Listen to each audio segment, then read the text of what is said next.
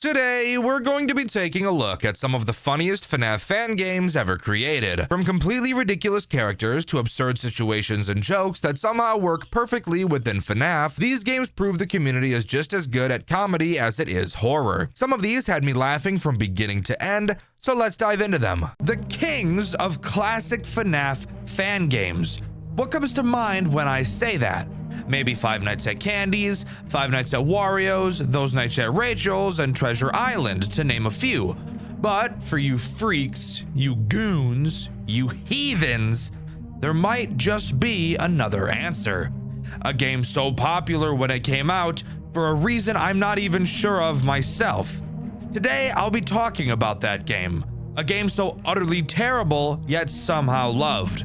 Sit back and relax, because today we're diving into the weird world of Five Nights with Mac tonight. Where do I even begin with this game?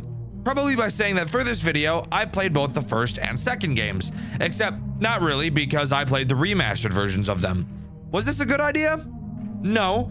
These games were pretty bad, and unironically enough, the thing about them that pissed me off the most was the story, but we'll get into that later. And trust me, you don't want to miss that. The game starts as you'd expect an old FNAF game to begin. We pick up a newspaper and accept a job at a restaurant full of animatronics waiting to break our consent and make their willy wag. We enter the restaurant and get the first phone call of the night, and really begin the nightmare that is this game. Not only are these phone calls absolutely horrific from a story standpoint, but they're also somehow even worse from an immersion standpoint. Why? Well, not only are they quite literally impossible to hear because of how fucking loud the rest of the game is. This is Chrissy. You may remember me. I'm the manager here at this business. But I guess the developer thought that it'd be really funny not to cut out any of the mistakes by the voice actor. We can't afford broken animatronics in a restaurant that hasn't even opened yet. We can't afford broken animatronics in a restaurant that hasn't even been opened to the public yet. That's more funny than anything, but the whole barely being able to hear the phone call part is enough to make me want to throw a baby deer in a river. Oh yeah, and if that wasn't bad enough, the phone guy is also Australian, so that's just torture. Anyways, the phone guy doesn't really say anything of substance in this night, really only explaining the basics, but I get the feeling I can do a hell of a lot better than he can. Let's start by going over the few tools at our disposal. First, we have the cameras. No shit. On the cameras, we have a call button that is located on the camera that contains Mac tonight. This button does what you'd think it does. Makes some noise, animatronics go, "Ew-wee," and then leave. But who's affected by the call button? Let's think long and hard about that one, guys. I don't know. Maybe the fucker who's on the same camera? Jesus Christ, why am I having to explain this basic concept to you? You're like a toddler, a little stupid drooling baby, a little insignificant worm, rodent, vermin, bug. Sorry. No, I'm not. That's a lie. Anyways, the only threat on this night is Mac himself, and he's pretty damn basic. All he does is meander through your cameras, like holy shit, he's so slow. Eventually, he'll wander into your office, which, pause for a minute. This is not an office. I think we're just stationed in the kitchen? Maybe? I quite literally have no idea where we are right now, because this, to the left, is the drive-thru window. So we have to be in the kitchen, right? Because if so, that's stupid. But whatever. When Mac gets to your office, all you have to do is use the call button to cause him to go back to his stage. Very basic. What's the downside? I'm glad you asked, because of course there's a downside.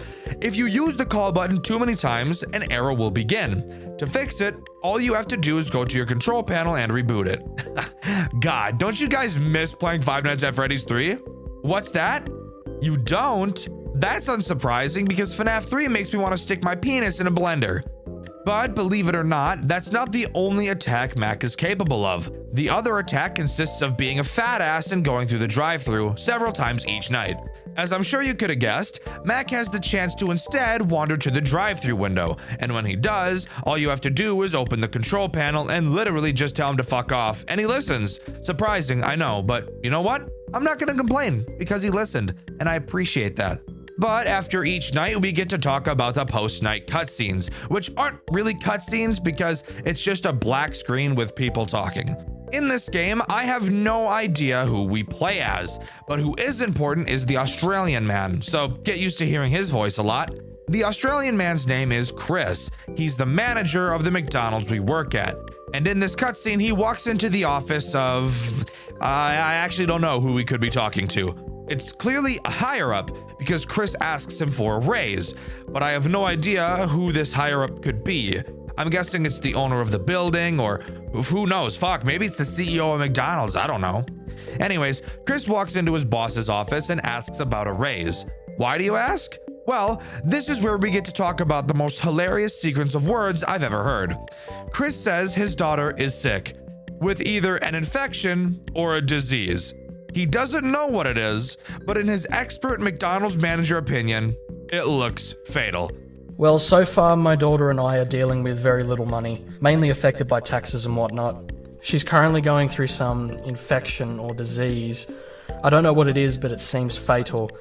I know this is supposed to be like a super serious moment in the story, but I just thought this sentence was so fucking funny. Maybe I'm an asshole. I don't know. Of course, Chris is all pissy that he doesn't get a raise, which, by the way, grow up. You did what you should have done and asked. You didn't end up getting it. That sucks. But you wanna know what you don't do? Throw a fucking temper tantrum and yell at your boss.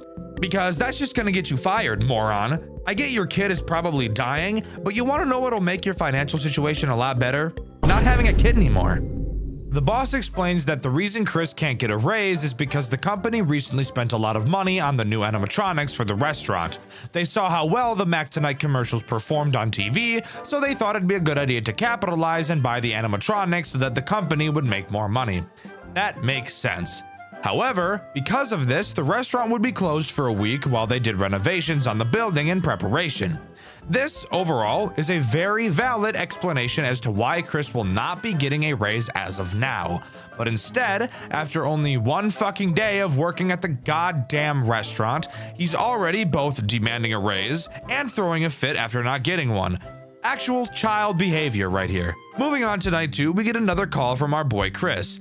He's all mopey because his stupid kid is gonna die, blah, blah, blah. Who the fuck cares, am I right?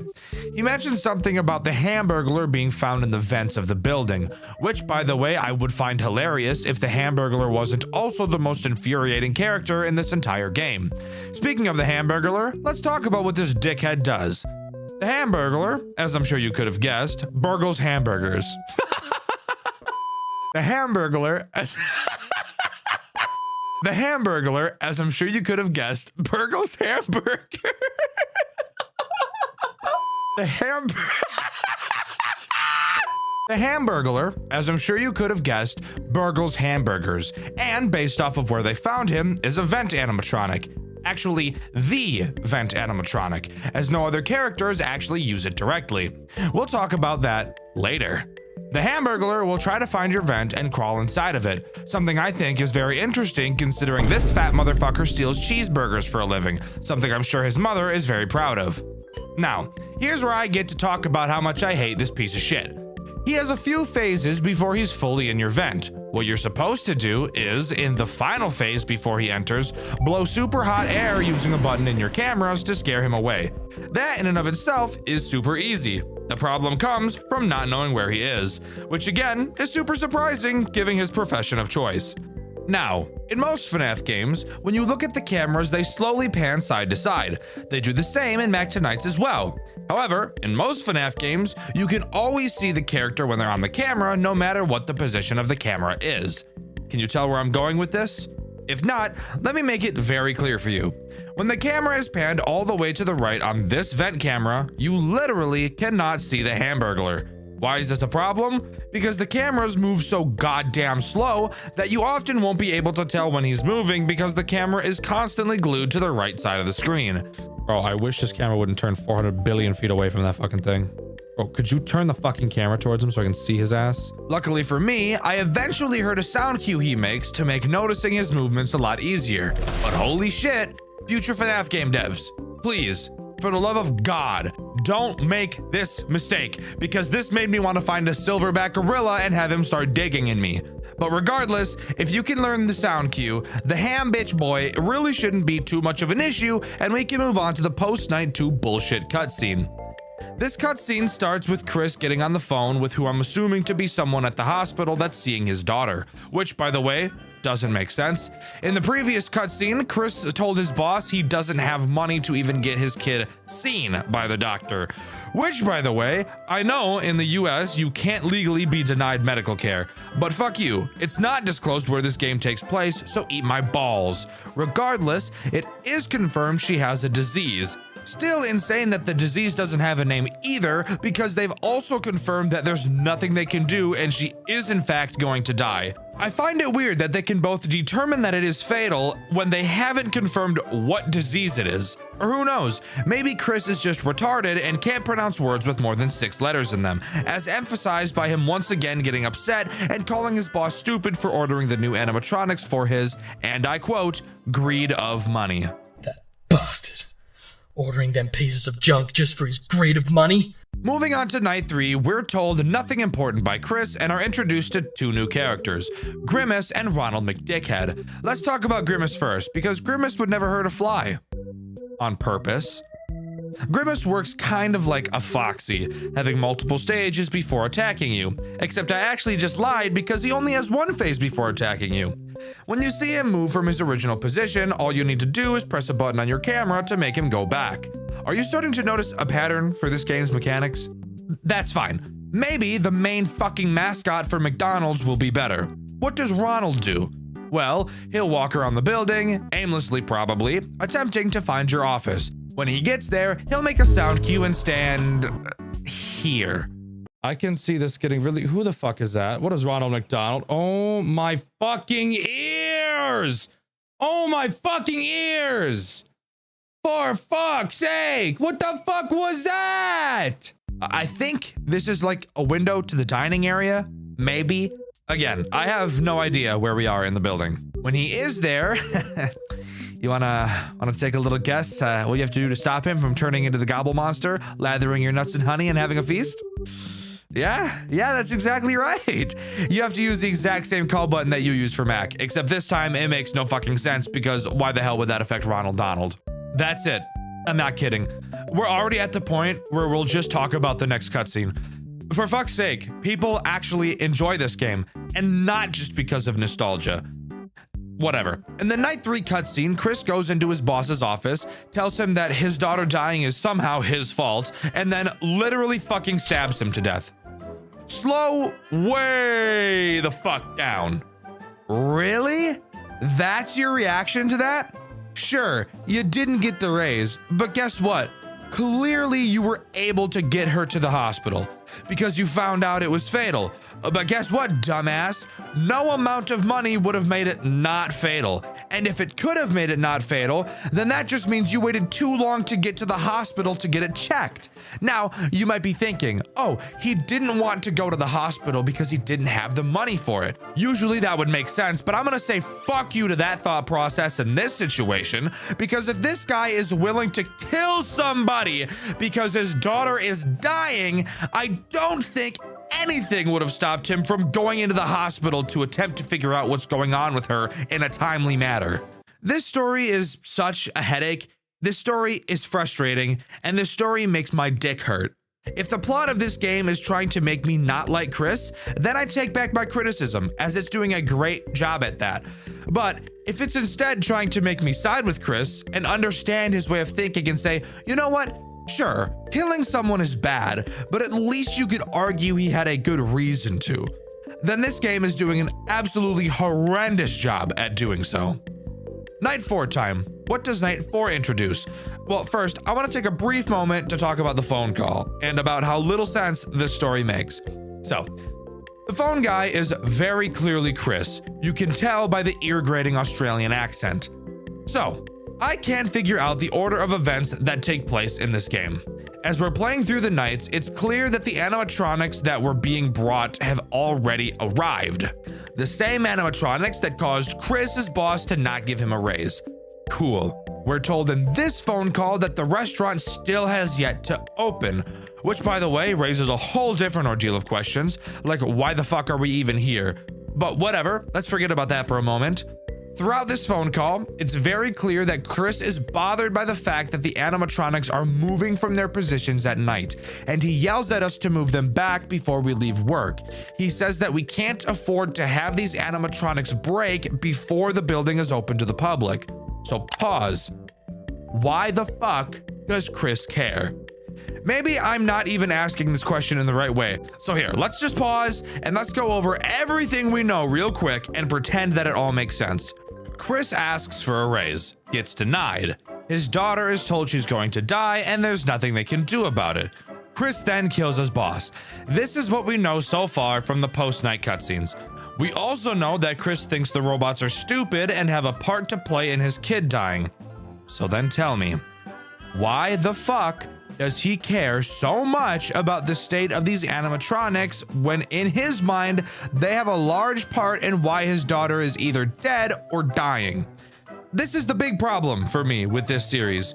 When I stop to think about why what's happening is happening, it just doesn't make any goddamn sense.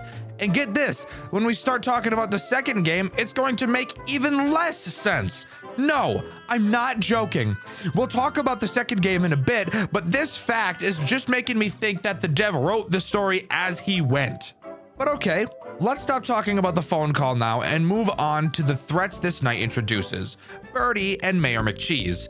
Let's start with Mayor McCheese because it's literally just Mac tonight with a Fortnite skin on. Literally, he does the same thing. Can enter your office and show up at your drive-thru, is both dealt with in the same ways. Worthless character. With that out of the way, we can talk about the much more interesting character, which for a female bird character in a FNAF game, I surprisingly have no sexual tendencies towards it, because this bird is butt ugly. Birdie is the only other character that interacts with your vent, except unlike Big Boy, she doesn't actually enter it, probably because she's the size of Jupiter. All she likes to do is break your shit, so she must have gotten divorced, am I right, fellas? Anyways, her goal is to break your vent heater. A sound cue will play when she does so, and when she does, all you have to do is use your maintenance panel to fix it. And hey, while we're here talking about the maintenance panel, let's talk about how jank it is, and how it adds literally no challenge to this game whatsoever. The maintenance panel in Five Nights at Freddy's 3 adds a challenge because when something is being repaired, you can't use it, leading to a lot of bullshit timings that artificially make the game more difficult than it technically is. Mac Tonight's aimed to do the same thing, except they forgot the part where fixing something makes it temporarily unusable. While yes, the fixing beeps take a long time to finish, the moment you click the repair button, the problem is solved. So you can go to fix the heater, press the button, and immediately after use the heater to blow away the hungry bitch boy. Isn't that just awesome? The answer is yes, because without this gameplay flaw, this game would probably be impossible. Moving on to the Night 4 post-night cutscene, we hear Chris driving in his car. And it's during this scene my mind was fucking blown, because this story somehow begins to make even less sense. It's here where we learn that up until now, Chris hasn't even been a manager. He was just an employee, and the guy he killed was the manager. Before I continue talking about this, we need to pause and immediately go over another massive flaw in this game's story logic. So, in case you didn't know, managers aren't the ones who give you a fucking raise, you moron! There is quite literally nothing he could have done for you. It's not his decision to make. The way raises typically work is the manager will recommend an employee for a raise. It's then either up to HR, a committee, the owner, or even higher management to decide whether or not to give the raise. This fucking retard killed a guy for no fucking reason whatsoever. And the craziest part, now he's taking his place. And that's why we hear him on the phone calls. He's the fucking manager now. Want to hear some even more mindfuck? He states on the phone call that he's going over to the facility where the animatronics are being stored to go destroy them. If he's destroying them, why the fuck does he care about them so much in the phone call we receive on Night 4? What the actual fuck is going on in this goddamn story? It makes no fucking sense. And guess what? It's still going to make even less sense once we start talking about the second game. So strap in, guys, because if you haven't gone brain dead yet, then you're going to later. Going into night 5, we receive one last phone call from Chris. He thanks us for protecting the animatronics, even though literally in the night previously we got yelled at for letting them move, but fuck it, whatever. At the end of this phone call, something enters the office and ganks his ass. You should wait. What are you doing? Oh shit. Get away from me, you piece of... Oh shit. Not totally sure what it is, we're left to finish off the night, which, as I'm sure you could have guessed, adds nothing new, so we can move right on to the post-night cutscene. So, I need you guys to take a deep breath before we dive into this cutscene, because you're going to need to use your head a lot, and honestly, it may implode from stupidity. During this scene, we hear the voice of Chris's manager, so we know that this has to take place before he was killed. He mentions that the animatronics have been very damaged in the facility they were being held in. We know from the last call that Chris was going to destroy them, which is why he was driving. So we know that scene takes place before this one. However, that also means that during that scene, Chris's boss was still alive, which means he went to destroy the animatronics to piss his manager off and then killed him. Now, slow down. That doesn't make any sense. Why would he do something like that if his final plan was to kill him?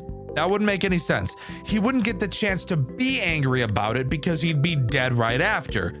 I should also mention that his manager mentions needing to check the cameras to see what damaged them. And from a very, very important detail we will learn in the second game, it makes the scene where his boss is killed even more confusing. But I'll talk about that later once we learn this very important detail. For now, let's just move on to night 6. Remember how I said the call we got from Chris on night 5 was the last? Well, guess what, shithead? I lied to you. That's right, never trust YouTubers, especially not FNAF ones. They're either liars or pedophiles. And seeing the types of people I'm up against, I'm really glad I got given the liar trait and not the other one.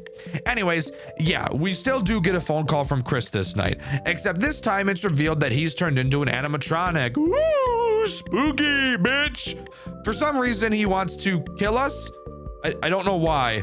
He says that he can't have any witnesses, but that brings up way more questions. One, is he implying that we saw him kill his manager? Because I'm pretty sure we didn't. Trying to follow the timeline would show we weren't even working here at that time, so that's not possible. Second, even if we did see it, you're dead and have been turned into an animatronic or something.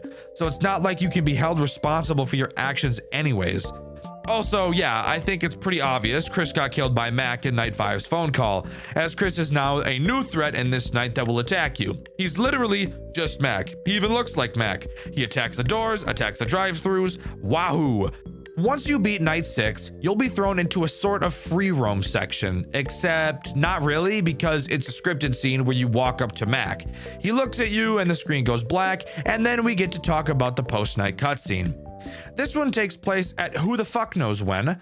Chris is talking to his boss about getting a job watching over the warehouse where the animatronics are stored, the same place he later goes to destroy them. Okay, so we know this takes place before that, but can we pinpoint exactly when this takes place? The answer to that question is yes, and to answer it, we have to take a look at the second game. But before we hop over to that game, I have one more question to ask. What the fuck was the point of the character we played as during the night segments? We quite literally served no purpose.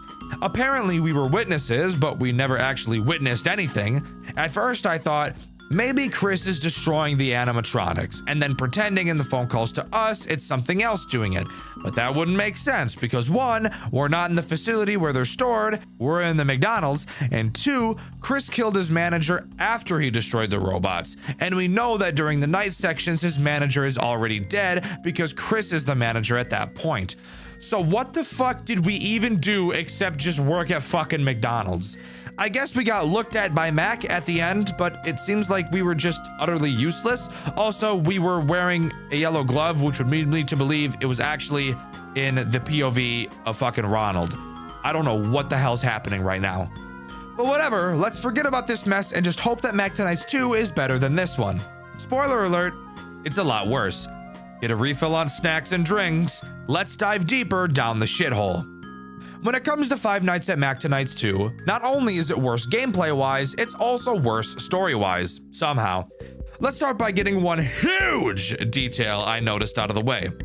On the title screen, you can see a list of credits, and if you look close enough, you can see that one of the people who helped work on this game was, Ivan G, aka the creator of my least favorite FNAF fan game series of all time, Jolly. If you'd like to hear me rant all about that game, you can do so after you finish this video, as I have an entire hour-long review of that game up on this channel. Also, I haven't done this at all in this video, so go subscribe to Dexter Black, Dexter Blue, Dexter Gray, join the Discord server, and go check out the merch store as well. All links in the description. In Mac Tonight's 2, we play as Chris, which would reveal that this game takes place both before the events of the first game and before Chris killed his manager. Loading into the first night, the phone call doesn't tell us a whole lot, basically what we already know. Chris took up the job to watch the warehouse where the animatronics are stored, but of course, we know he's just there to destroy them. Let's talk about our tools. This time around, we have two sets of cameras, one normal set and another set specifically for the vents. The only threat active on night 1 is Mac, who will walk through your cameras to try to get to your office. This time around, there are 2 entrances, that being 2 doors. Why? Because fuck you! What I really want to focus on was the biggest dick move I've ever seen a game pull before. Let's take a moment to tunnel vision on the only 2 cameras that matter in this game, Camera 2 and Camera 4. Both cameras are the cameras right next to your office doors, and through each you can remotely turn on a safety lock to keep the robots out. Each door has its own power supply. The problem?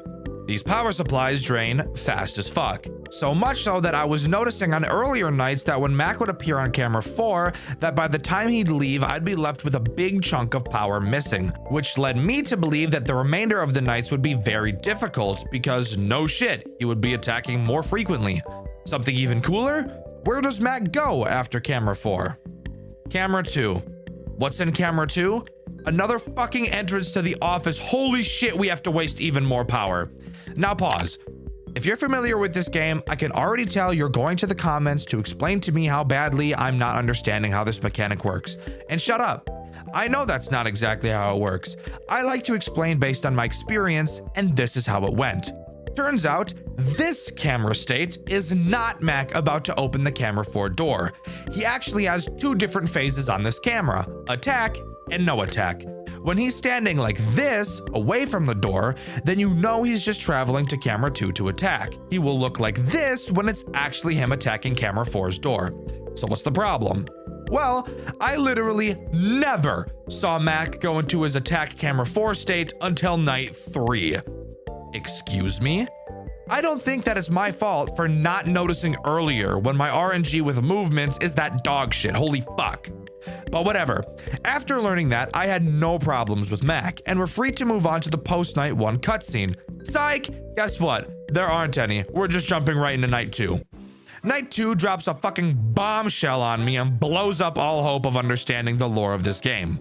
It's revealed on this night that the phone guy isn't Chris's boss, as he mentions that the manager at a McDonald's had his throat slit, now establishing that Chris had already killed him. This doesn't make any sense, and it pisses me off. And you'll understand why later when we talk about that very important detail I mentioned earlier, so just bear with me a bit longer. For now, let's go over this night's threats. This night introduces this game's Toy Freddy equivalent, the Hamburglar. And no, not because of his game mechanics, but because he's a fat ass. He is the character to introduce the vent mechanics, exactly how he does in the first game, except this time it's somehow even more worthless. Once he enters your vents, he will appear in any of the 4. When he does, all you have to do is seal the vent he is in until he leaves.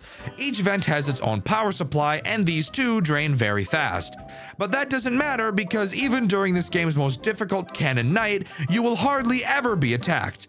The phone guy mentions that only 1 vent can be sealed at a time, but fun fact, that's actually just not fucking true at all because you can seal all of them at the same time if you really wanted to, so that's cool. Night 3 introduces 1 new threat, but before we can talk about that, we need to talk about the headache that is this night's phone call. During this call, the phone guy tells us that Mac's box was moved and looks like it had been opened. Of course, that makes sense because we watched him walk around the building. All good. Whatever. However, he also mentions the progress the police have made on the murder of Chris's manager. They found out he was a former employee and that he was spotted running out of the building wearing a mask and a McDonald's uniform. Pause, please. My brain can only take so much stupidity at a time. So, what this tells us is that at the time Chris killed his manager, he wasn't working at the McDonald's because they referred to him as a former employee. That doesn't make sense because during the night 3 cutscene in the first game, when Chris enters his manager's office to kill him, his manager mentions that there's nothing he can do to help. So we know he was working there.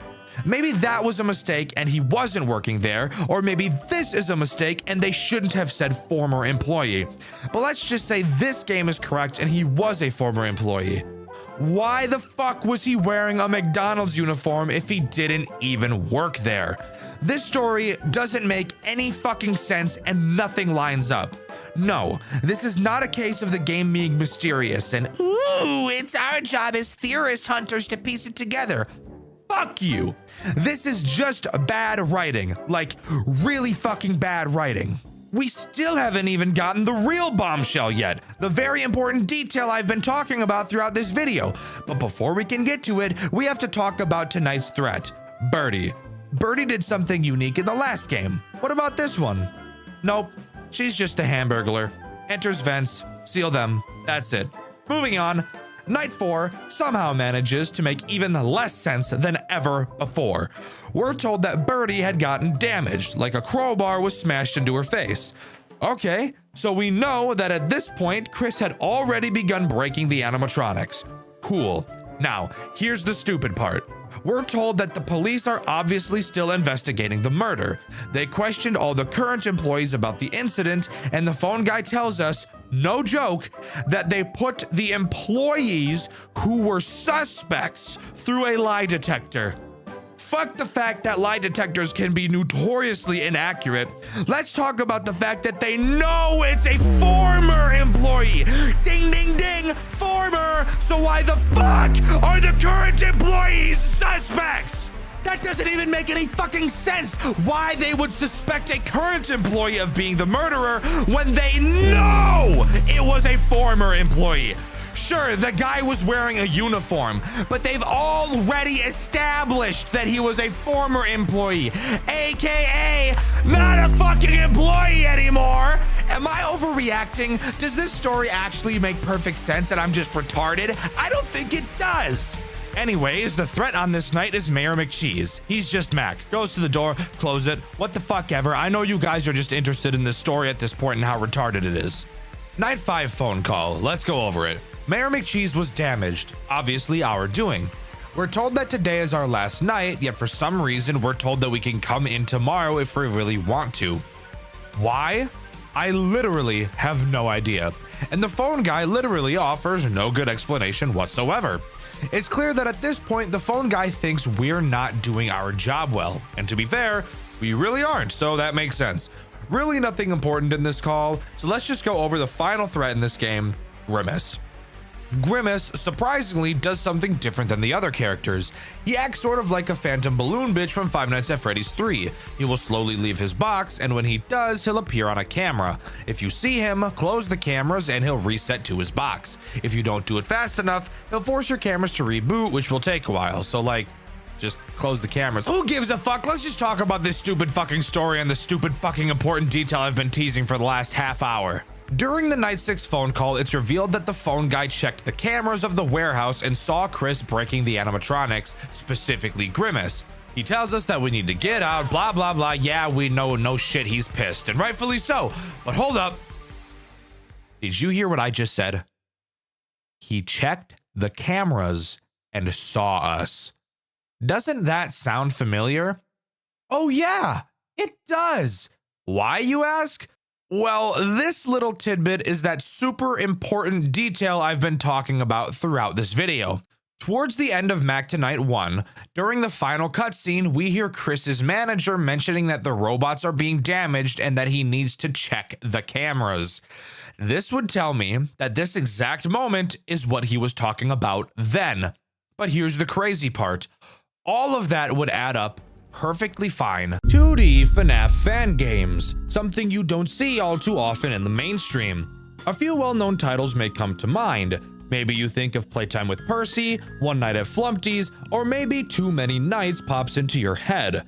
However, as of recently, I'm sure there's another very popular 2D FNAF fan game that you can think of. One that's made the rounds in my comment section so much that I can't release any video without getting asked to cover it. Five Nights at Frederick's.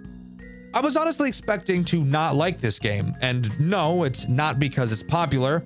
Do you ever get that feeling where you look at something and you just feel like you're not going to like it?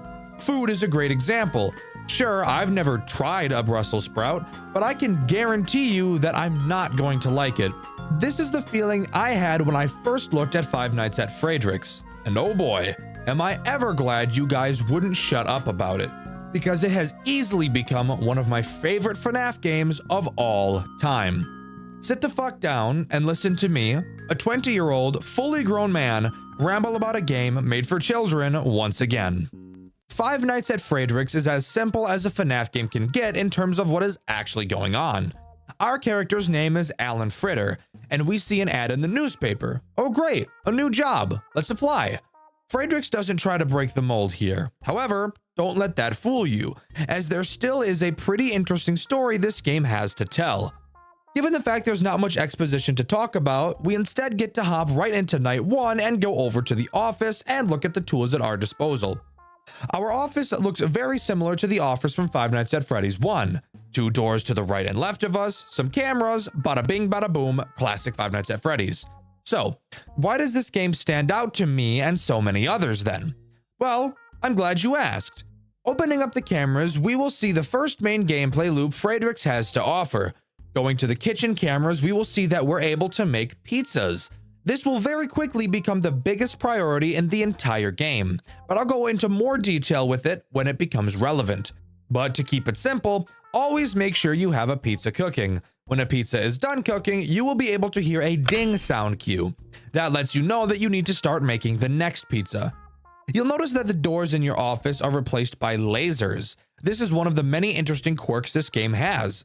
Let's go over a few other fun stuff in the office. Occasionally, when you flip up the camera, some things have the chance to change in your office. For example, the main poster can change to have references to other fan games such as Five Newfangled Nights, Five Nights at Frick Bears 3, Not Bear, and Too Many Nights. I think including references to other fan games really helps pull the community together, which I really like. With that out of the way, now we can dive into the threats this night has to offer, starting with this game's Bonnie, or as this game calls him, Bernard das Karnickel. Yes, by the way, each of these characters in this game have been given a German name. If you'd like to know the reason why, tough shit, because even the dev doesn't know why he chose to do this. Bernard acts somewhat similarly to Bonnie, being the character that attacks your doors, except this time around he can attack both instead of just one. A big step up from what he usually does. Frederick's has no lights on the doors, so you'll have to look out for Bernard's fingers to be able to tell that he's there.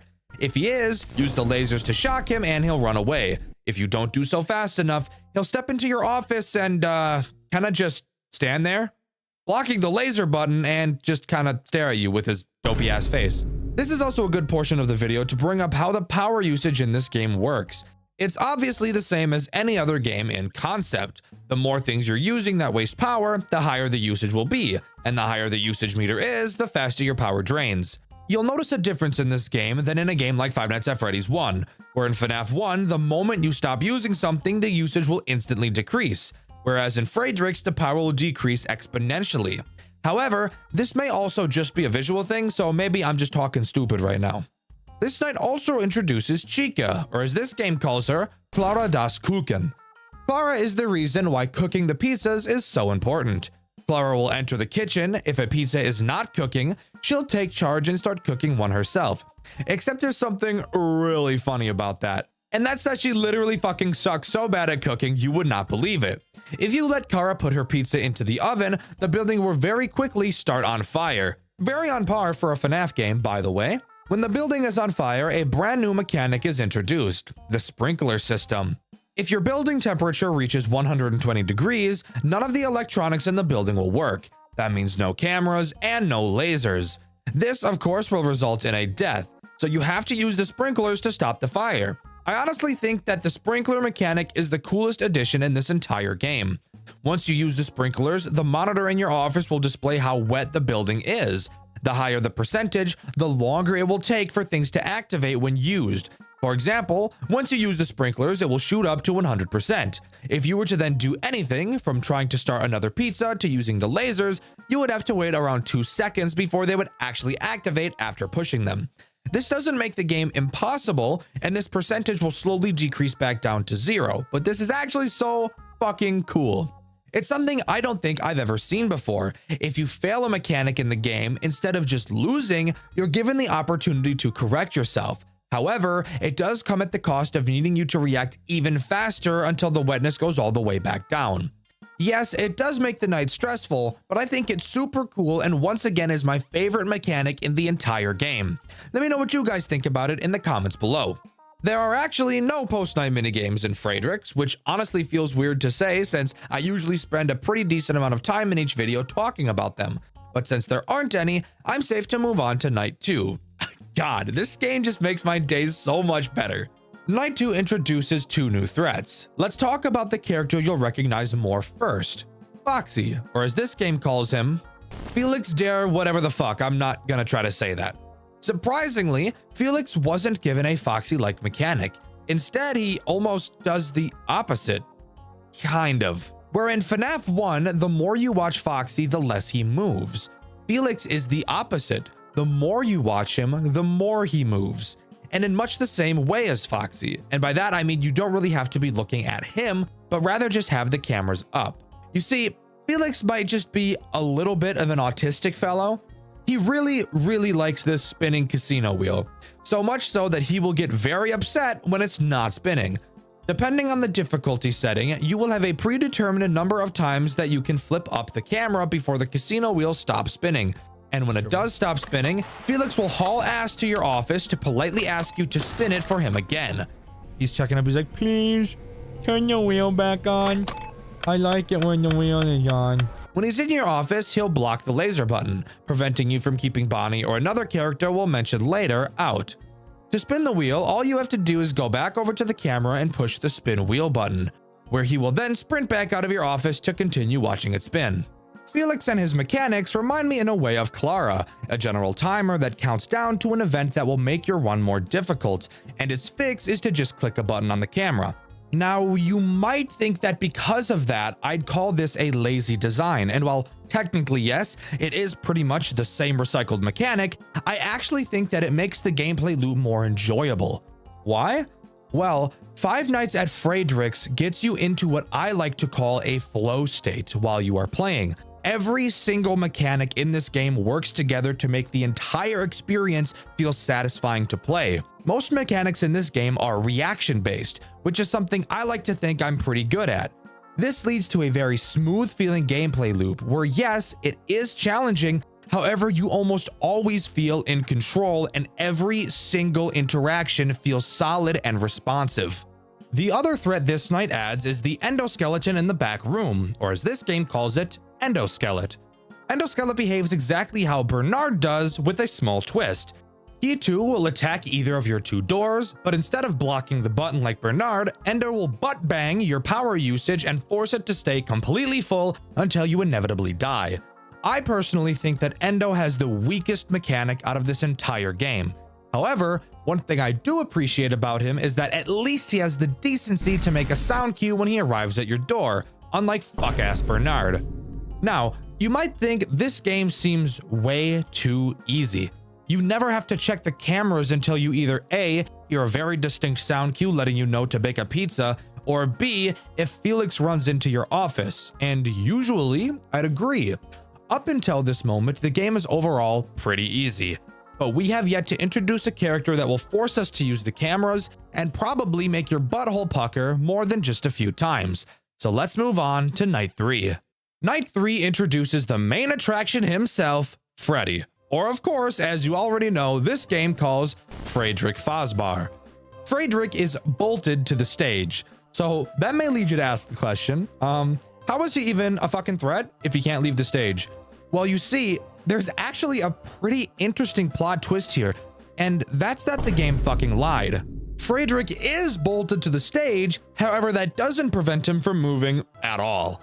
He'll jump up to the vent on the ceiling and start pulling his way through towards your office. You'll be able to see him go through 3 distinct phases on the cameras. Once he reaches stage 3, you must use the lasers to shock him, which will then cause him to go back to the stage where he will promptly try again. What this mechanic does so well for the game is force you to look at the cameras, giving Frederick synergy with Felix. Now, I have to be transparent here. There is a sound cue that plays whenever Frederick enters a new phase in the camera.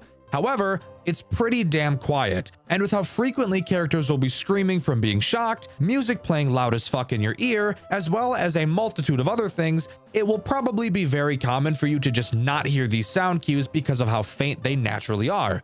Now, of course, if you have God hearing, then checking the cameras is literally only necessary when a pizza needs to be baked, Felix needs the wheel spun, or Frederick needs a good shock. But I honestly feel like this mechanic really ties the whole gameplay loop together. So, what could the game possibly do to spice the gameplay up from here? Oh, for fuck's sake, the power went out. Oh, fuck you! Fuck you! Hold on.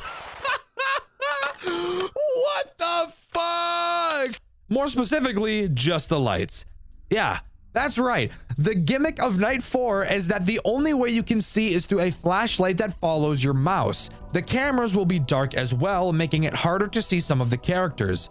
Let's just take a moment to talk about how fucking genius this mechanic is. The only other FNAF game that I can think of that does this is Showman's, and it was brilliant there as well. Without literally changing anything about the game, you've just made it much more challenging. Especially when it comes to Bernard. Oh my god, Bernard. Bernard is the sole reason this night is even remotely difficult. If you remember from earlier, Bernard doesn't make a sound cue when he's at your door. He's also one of the characters that doesn't have glowing eyes. So this brings up the question, how are you supposed to be able to tell he's at the door if you can't see him? I want you to take a good long look at this image right here. Do you see it? Yeah, that's Bernard's hand. That's all you get to be able to tell if he's there. Obviously, looking at it now, it seems so clear. How could you even miss that? But let me tell you, when you're in a game, focusing on managing all the characters at once, this little detail could very easily end a lot of your runs. And that was totally the intention. And I think that's really cool. Again, making the game harder without drastically changing anything. It's awesome. But if you manage to complete Night 4, an unknown figure will appear in front of you and roar, flinging you to the back of the office where you'll fall into a springlock suit and fucking die. What the fuck? Yeah, I'm not kidding. That's what happens. And this leads perfectly into Night 5. Night 5 has you awaken, finding out you're not dead inside the suit. Getting back up, you notice the figure that caused your death was Golden Frederick, the final boss of this game. Using your new powers from the suit, you fucking punch him in the face and he runs away like a bitch. Get ready, guys. Let's talk about the most frustrating character Five Nights at Frederick's has to offer, Golden Frederick. Night 5 is easily my favorite night in the entire game. This is the night that really shows off the flow state you can get into while playing this game, and I'll explain why as we go. To start, let's go over how Golden Frederick works. Golden Frederick has 4 means of attacking you. The first attack has him go to either of your doors like Bernard. A noticeable sound cue will play, that being him laughing, which by the way you should get used to because he's going to be doing that a lot throughout this night. Deal with him by using the lasers how you'd expect. The next mechanic has him dive into the vent like Frederick. Deal with him the same way you would Frederick, just by using the laser. Now we can talk about the other 2 attack methods that aren't seen anywhere else in the game. The first has him appear in your office. When he does, simply fucking punch him in the face. As you can tell by the look on his face after doing so, he is so incredibly shocked that you would even have the balls to attempt something like that. So insane, so he will quickly leave. The final attack, the most soul-sucking, fuck-ass, bitch-ass mechanic. I want you guys to take a guess what he could possibly do. That's right! My least favorite fucking FNAF mechanic ever designed! mind, teleporting to a random camera and having to search for which one he fucking went to and stare at him until he goes away. Friedrichs, you were doing so well. Why'd you have to do this to me? Why'd you have to bend me over and just fuck me right up the ass? Why? Why add this mechanic and blow up my internal organs like the goddamn 4th of July? I'm basically holding your fucking prison wallet. Go find him on the cameras. How about you go find my nuts?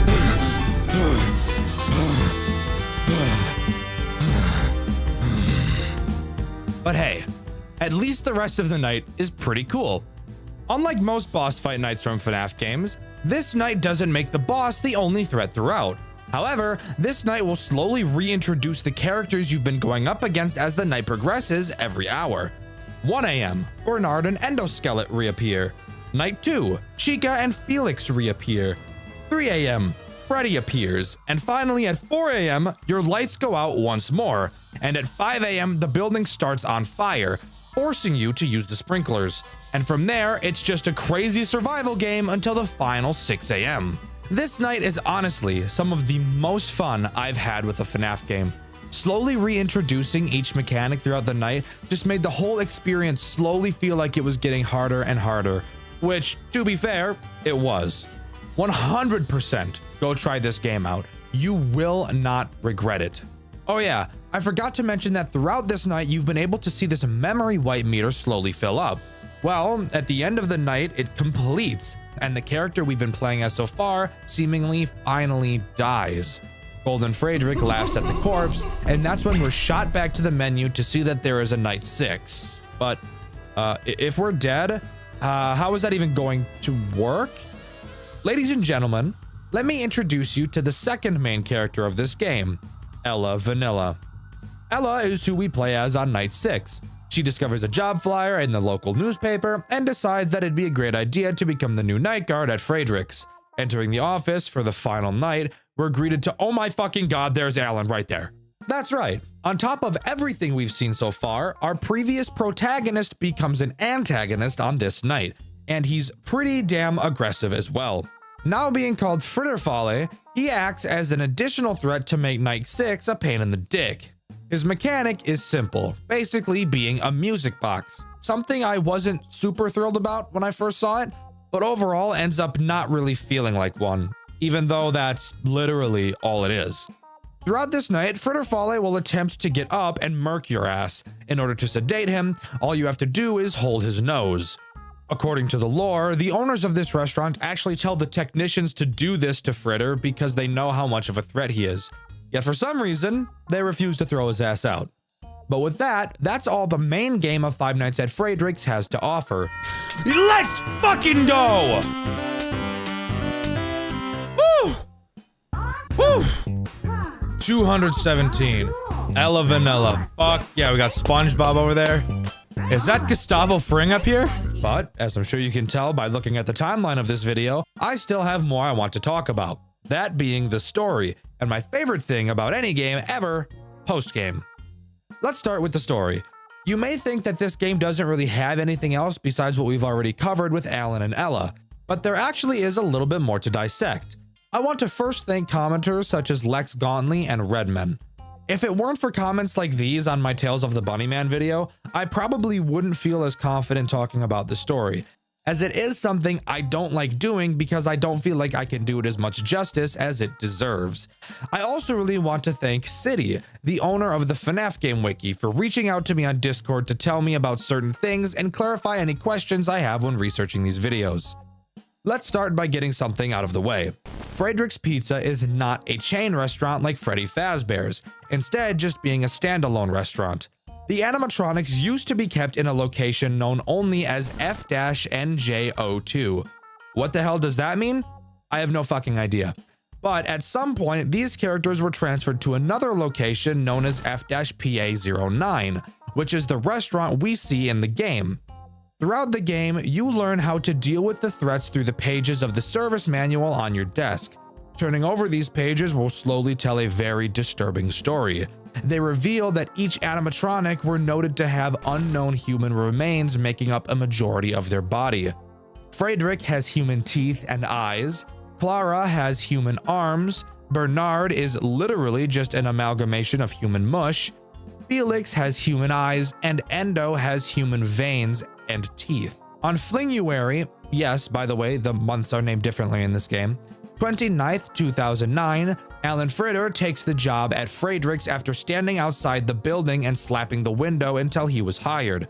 The reason he wanted the job? I have no fucking idea, and it's not clear in the game either, so just accept it.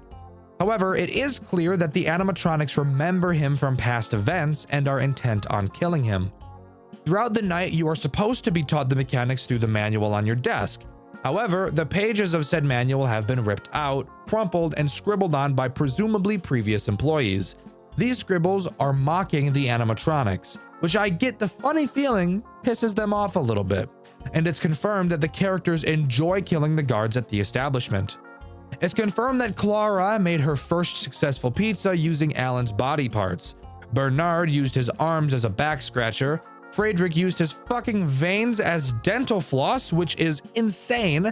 And Endoskelet used his remains as a suit. As far as I could tell, Felix is the only one who didn't do something fucked with the corpse. Obviously, at the end of the week, Alan gets that Soulja Boy cranked on him by Golden Friedrich and is stuffed inside a spare suit. His memory is wiped, and instead of disposing of the corpse in their restaurant, the owners instead instructed the technicians to use him for testing.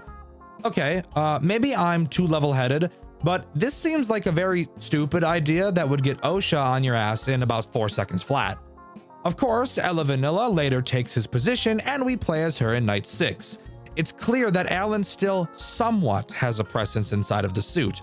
Obviously because he can attack you while playing as Ella, but also because through the extras menu, we learn that he responds to Ella's comments through the collectibles menu, and at one point even entrusts her with holding an unstated item appearing as some weird looking snapped object. But really, after this, the story is either unclear or not canon. So as far as I'm aware, that's everything, and Five Nights at Friedrich's truly comes to a close. Overall, I think Five Nights at Friedrich's is one of the most fun FNAF experiences I've ever had. The game is goofy, the story is simple and silly, and the game mechanics are some of the most solid and fun to play I've ever seen. The amount of post-game in the extras menu is also more than I've seen in many other FNAF games, and I definitely recommend you give it a try. But let me know what you think. Do you agree with me, or do you think Friedrich's isn't that great at all? Bad fan games. Love them or hate them, you have to admit they can be pretty funny at times. Maybe you like them because of the bad grammar, bad art, bad storytelling, bad voice acting, or just overall bad design. Well, if you're interested in that, rest assured the fan game we'll be covering today has a bit of all of those components, and I'm excited to share them with you. The game in question is Mario and Animatronic Horror. Made by two devs, it serves to be one of the most atrocious fan games ever designed, but it is, in all honesty, one of my favorites.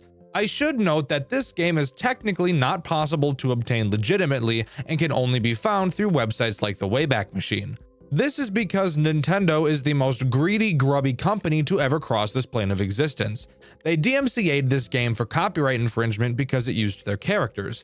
So keep in mind, that means that what we're going to see is legally canonical. So enjoy that information as we go along. With that being said, let's jump into Mario and Animatronic Horror. If you're at all familiar with RPG Maker horror games, then a game called Mario the Music Box might ring a few bells to you. Another RPG Maker horror game that uses Mario that is actually pretty good. Let me know if you'd like me to cover it sometime in the future. Mario and Animatronic Horror was actually directly inspired by Mario the Music Box, and it definitely shows. However, as I already mentioned, Mario the Music Box is good, and this game, well... Starting the game, we're met to an anime opening for the game. This is where we first notice that the 3D animations in this game are actually surprisingly pretty solid, and are definitely the best parts of these games. But that's immediately downplayed when you use your ears and notice that the opening music is Panic at the Disco, which they also decided to name incorrectly in the credits, saying Panic on the Disco instead. Panic at the Disco? What is this anime opening? What am I watching? After that masterpiece of an opening finished, we're forced to remember that this is, in fact, a horror game, and we're greeted to an opening cutscene. Mario states that he has voices in his head, canonically revealing that Mario is a schizo. Because of these voices, he decides to get a job at Freddy Fazbear's Pizza. Why does he choose this? I have no fucking idea. And with that, we're tossed right into night 1. Mario walks into the pizzeria and has an amazing reaction to the animatronics on stage. Mamma mia, those things are terrifying. I love the dialogue in this game. If you ever play it yourself, you'll notice that what the voice actors say and what you see in the text boxes on screen almost never match at all. But if you don't feel like playing the game yourself, I totally understand. You can watch my full playthrough on my second channel, Dexter Black. Mario heads back to the office and receives a phone call from Phone Guy. You may think these phone calls will be important, but you'd be completely wrong.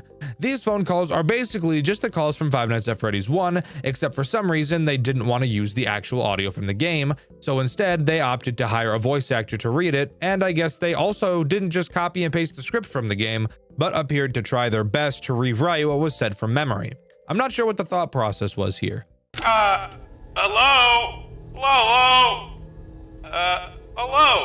And welcome to Freddy Fazbear's Pizza, magical place where grown-ups alike, where fantasy and fun can come to life. In this office is also where I found that this specific tile on the wall had no hitbox, so that's pretty cool.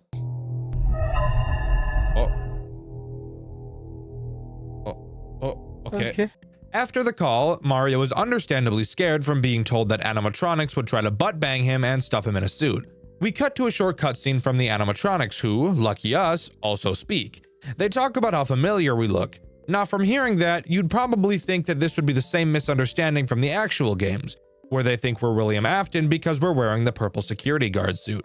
However, that wouldn't make sense because Mario is wearing his normal outfit, which the animatronics even acknowledge. So I have no idea where they got the crack they're snorting, but it was clearly laced. Freddy sends Bonnie to go get Mario from the office and give him a rim job. Mario decides to check the cameras and notices that Bonnie has left the stage. However, rather than using his head and checking the other cameras to see where he's at, Mario instead decides it would be a smarter idea if he went out of the office to go look for Bonnie himself. With that, Mario exits the office and begins exploring. Going near Pirate's Cove, Mario finds a key to the back room and sees a classic FNAF hallucination and sharts his pants. Back room key. Oh, what the fuck? With the back room key, he uses it to get into the back room. I don't really know what you expected to happen, but I guess it's a good thing I'm here to hold your hand and tell you these obvious things because you're too brainwashed. Here, maybe if I speak your language, you'll better understand me. Skibidi Riz Edge Mario goons on a Gaiac Goblin and gets rizzy with it. You understand me now? All right, let's keep moving. In the back room, Mario reads a newspaper clipping going over the missing children's case. It's not long, however, before Mario's ADHD kicks in and he gets bored and decides to leave. ADHD? More like ADHD's nuts, am I right? Oh, brother, this guy stinks! Alright. Anyways, when Mario goes to leave, he hears Bonnie approaching, and we get possibly the funniest line delivery I've ever heard in my life. You can't hide from your buddy Bonnie. I'm gonna hug you till you burst.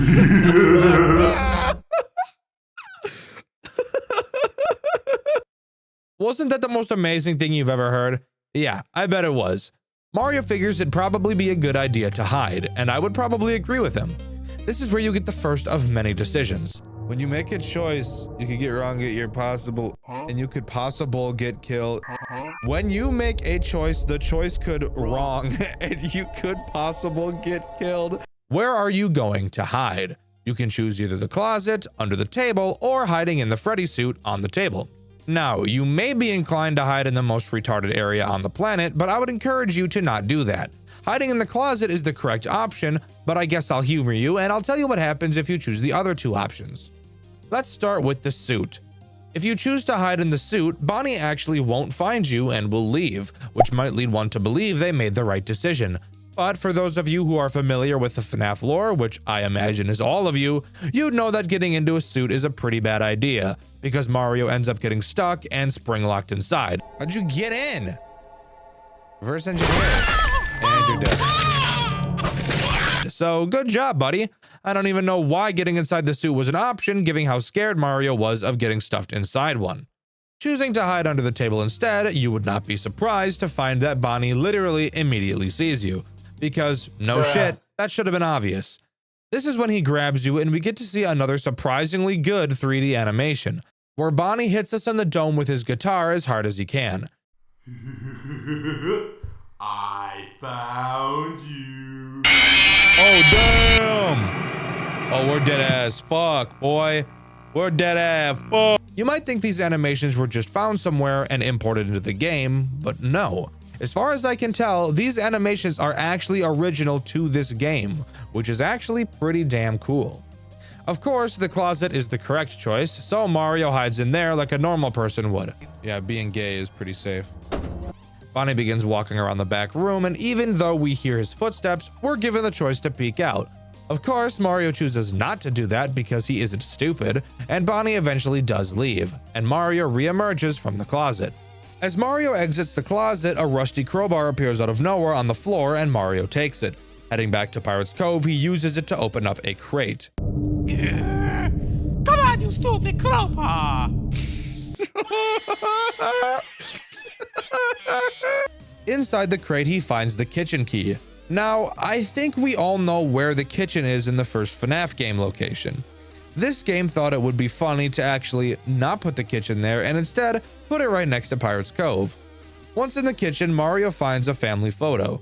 This is where I should mention the lore of this game sort of follows the original FNAF games, but also says, fuck it, I'm gonna do what I want. This photo seems to show off the Afton family, and you already know Mario decides he needs to pocket that bitch. On the back of the picture is a handwritten note from William himself, naming a son called Nick and another called Kyle, spelled K-Y-E-L, which nobody has ever spelled that way. And no, this isn't just a typo. Kyle is spelled like this throughout the entire game. Boring lore garbage about Kyle enjoying scaring Nick, blah blah blah, bite of 83 bullshit, who cares, let's get to the interesting stuff.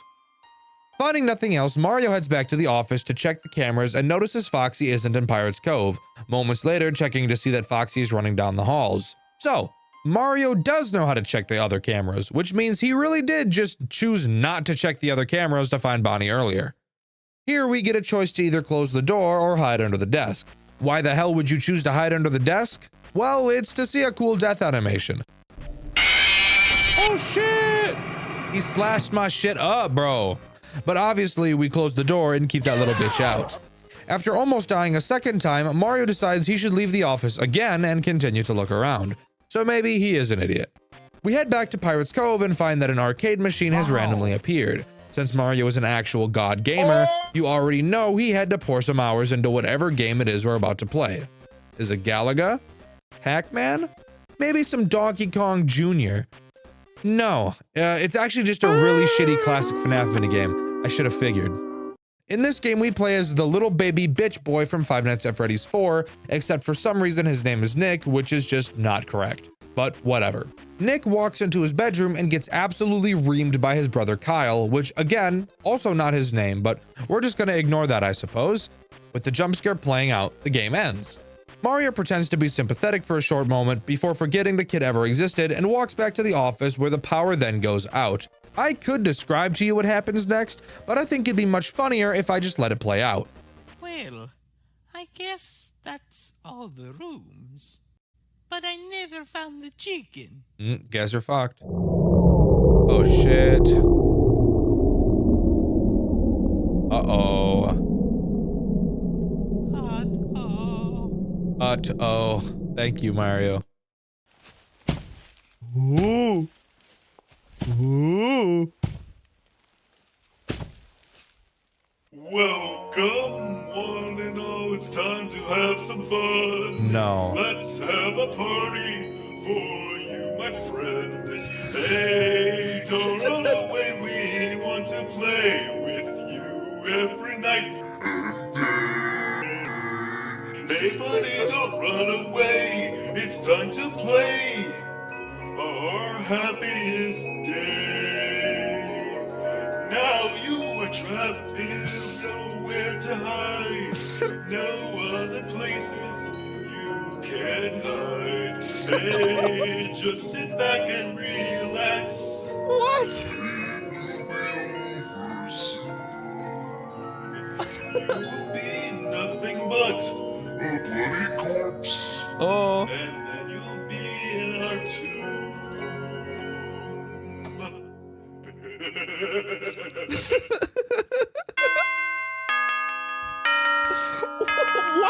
What? It's 6 a.m. Wasn't that just amazing? You're telling me Beyonce won the Grammy for her shitty country album when this masterpiece existed? God, nobody has any culture anymore. With that, night 1 concludes and we cut straight to night 2 with Mario returning for some reason. Which, by the way, I still really don't know why he's here in the first place. Mario gets back to the office and listens to another useless phone call. We're told the camera doesn't have any batteries and that there are some spares in the kitchen for some reason. And since Mario can't sit in one place for more than 13 seconds, he has to get out of his office and explore what he's already explored.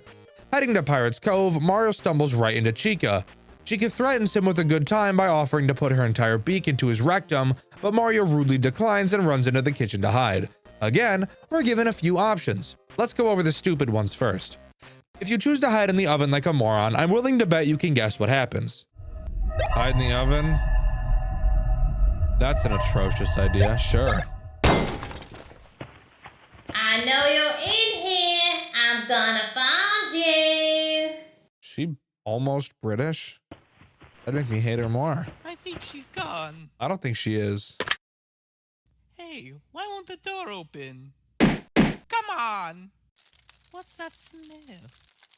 You, bro, it's you. Oh no, the oven is on! Oh shit, you're cooked. Ah! That's right, you roast like a pig. Now, if we decide instead to put on our thinking caps like a big boy, we choose to hide under the sink, which is actually not thinking cap behavior now that I think about it, but whatever, because that is the correct option to choose in this case, and I actually don't know if you can even hide anywhere else in the kitchen.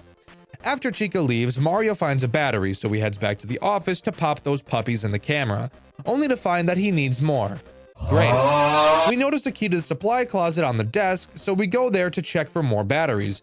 Lo and behold, we actually find some there, but we also find Bonnie sniffing around for some booty.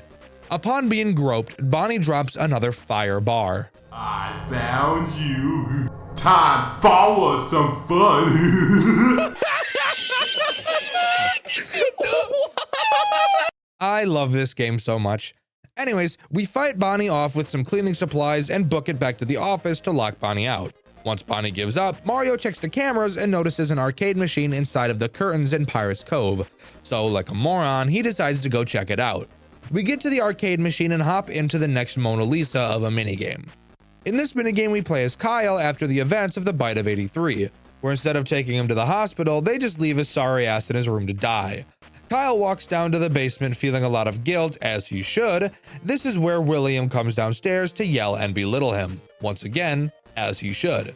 But then William goes sicko mode and slits his throat, stuffing his son into the Foxy suit that for some reason they have in their basement. Upon finishing the minigame, Mario notices Foxy is right behind him and a chase ensues. Now, you might see this chest and blade off to the side of the cove, and you might think to use them to your advantage. That's what I thought. But after a few attempts trying to interact with them, I noticed that they're just fucking decorations. Also, for some reason, the Mario avatar art while interacting with these objects is way different from the usual PNGs. Anyways, we run back to the office and lock Foxy out.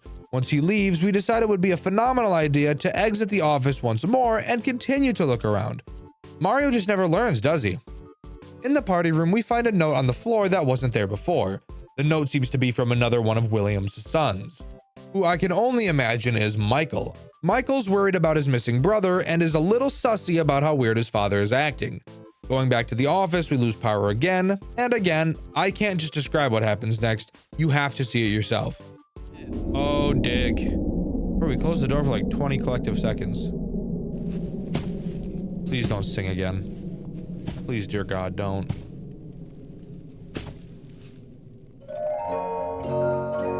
Okay, we're good.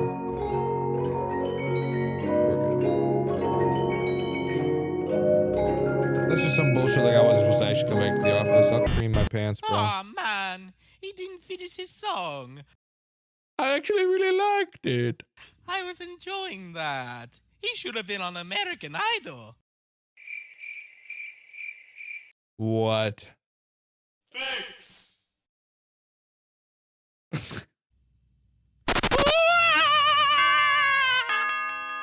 Oh shit. Bro, is he about to get touched? This just might be the best game ever designed. Wasting no time, we jump right into night 3. Phone guy tells us Freddy has been squirting, literally, which like, fucking ew.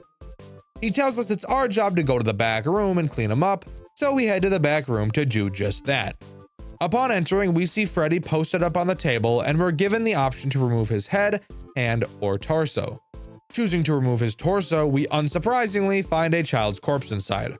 Mario runs to the bathroom like a bitch to vomit, and upon trying to leave, quickly runs back into the stall to hide from Chica, who had just entered.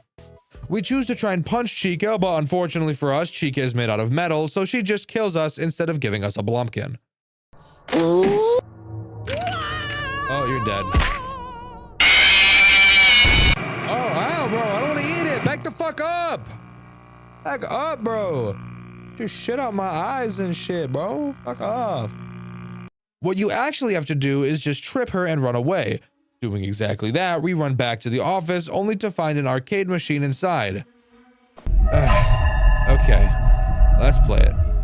In this minigame, we play as William as he wrangles up the kids and brutally murders them. William manages to frame his son Michael, but I don't really care. Pretty typical FNAF stuff if I'm being honest.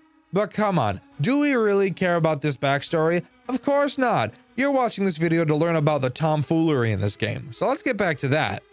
As Mario leaves the office in an attempt to explore again, the power goes out, and Mario asks the most based question of all time. Oh shit, Are you're you fucked. serious? Is this power supply running on AA batteries? Okay, that's a good line. I like that one. Mario decides he's just gonna leave because this is bullshit. However, while trying to leave, Golden Freddy appears right in front of him and night 3 comes to a close. Night 4 has us playing as Luigi, who goes to the pizzeria in search of Mario. As Luigi goes to the office, he finds William fucking around with some crate. After a bit of back and forth, William tells Luigi he's seen Mario around. He says he'll help Luigi find Mario, but that he has something he needs to do first. Giving Luigi the task of keeping the animatronics distracted, he walks off, telling Luigi not to look in his crate. So the very first thing Luigi does is look in the crate, because he's a little rebel and it is in fact not a phase. Inside is a note from Henry.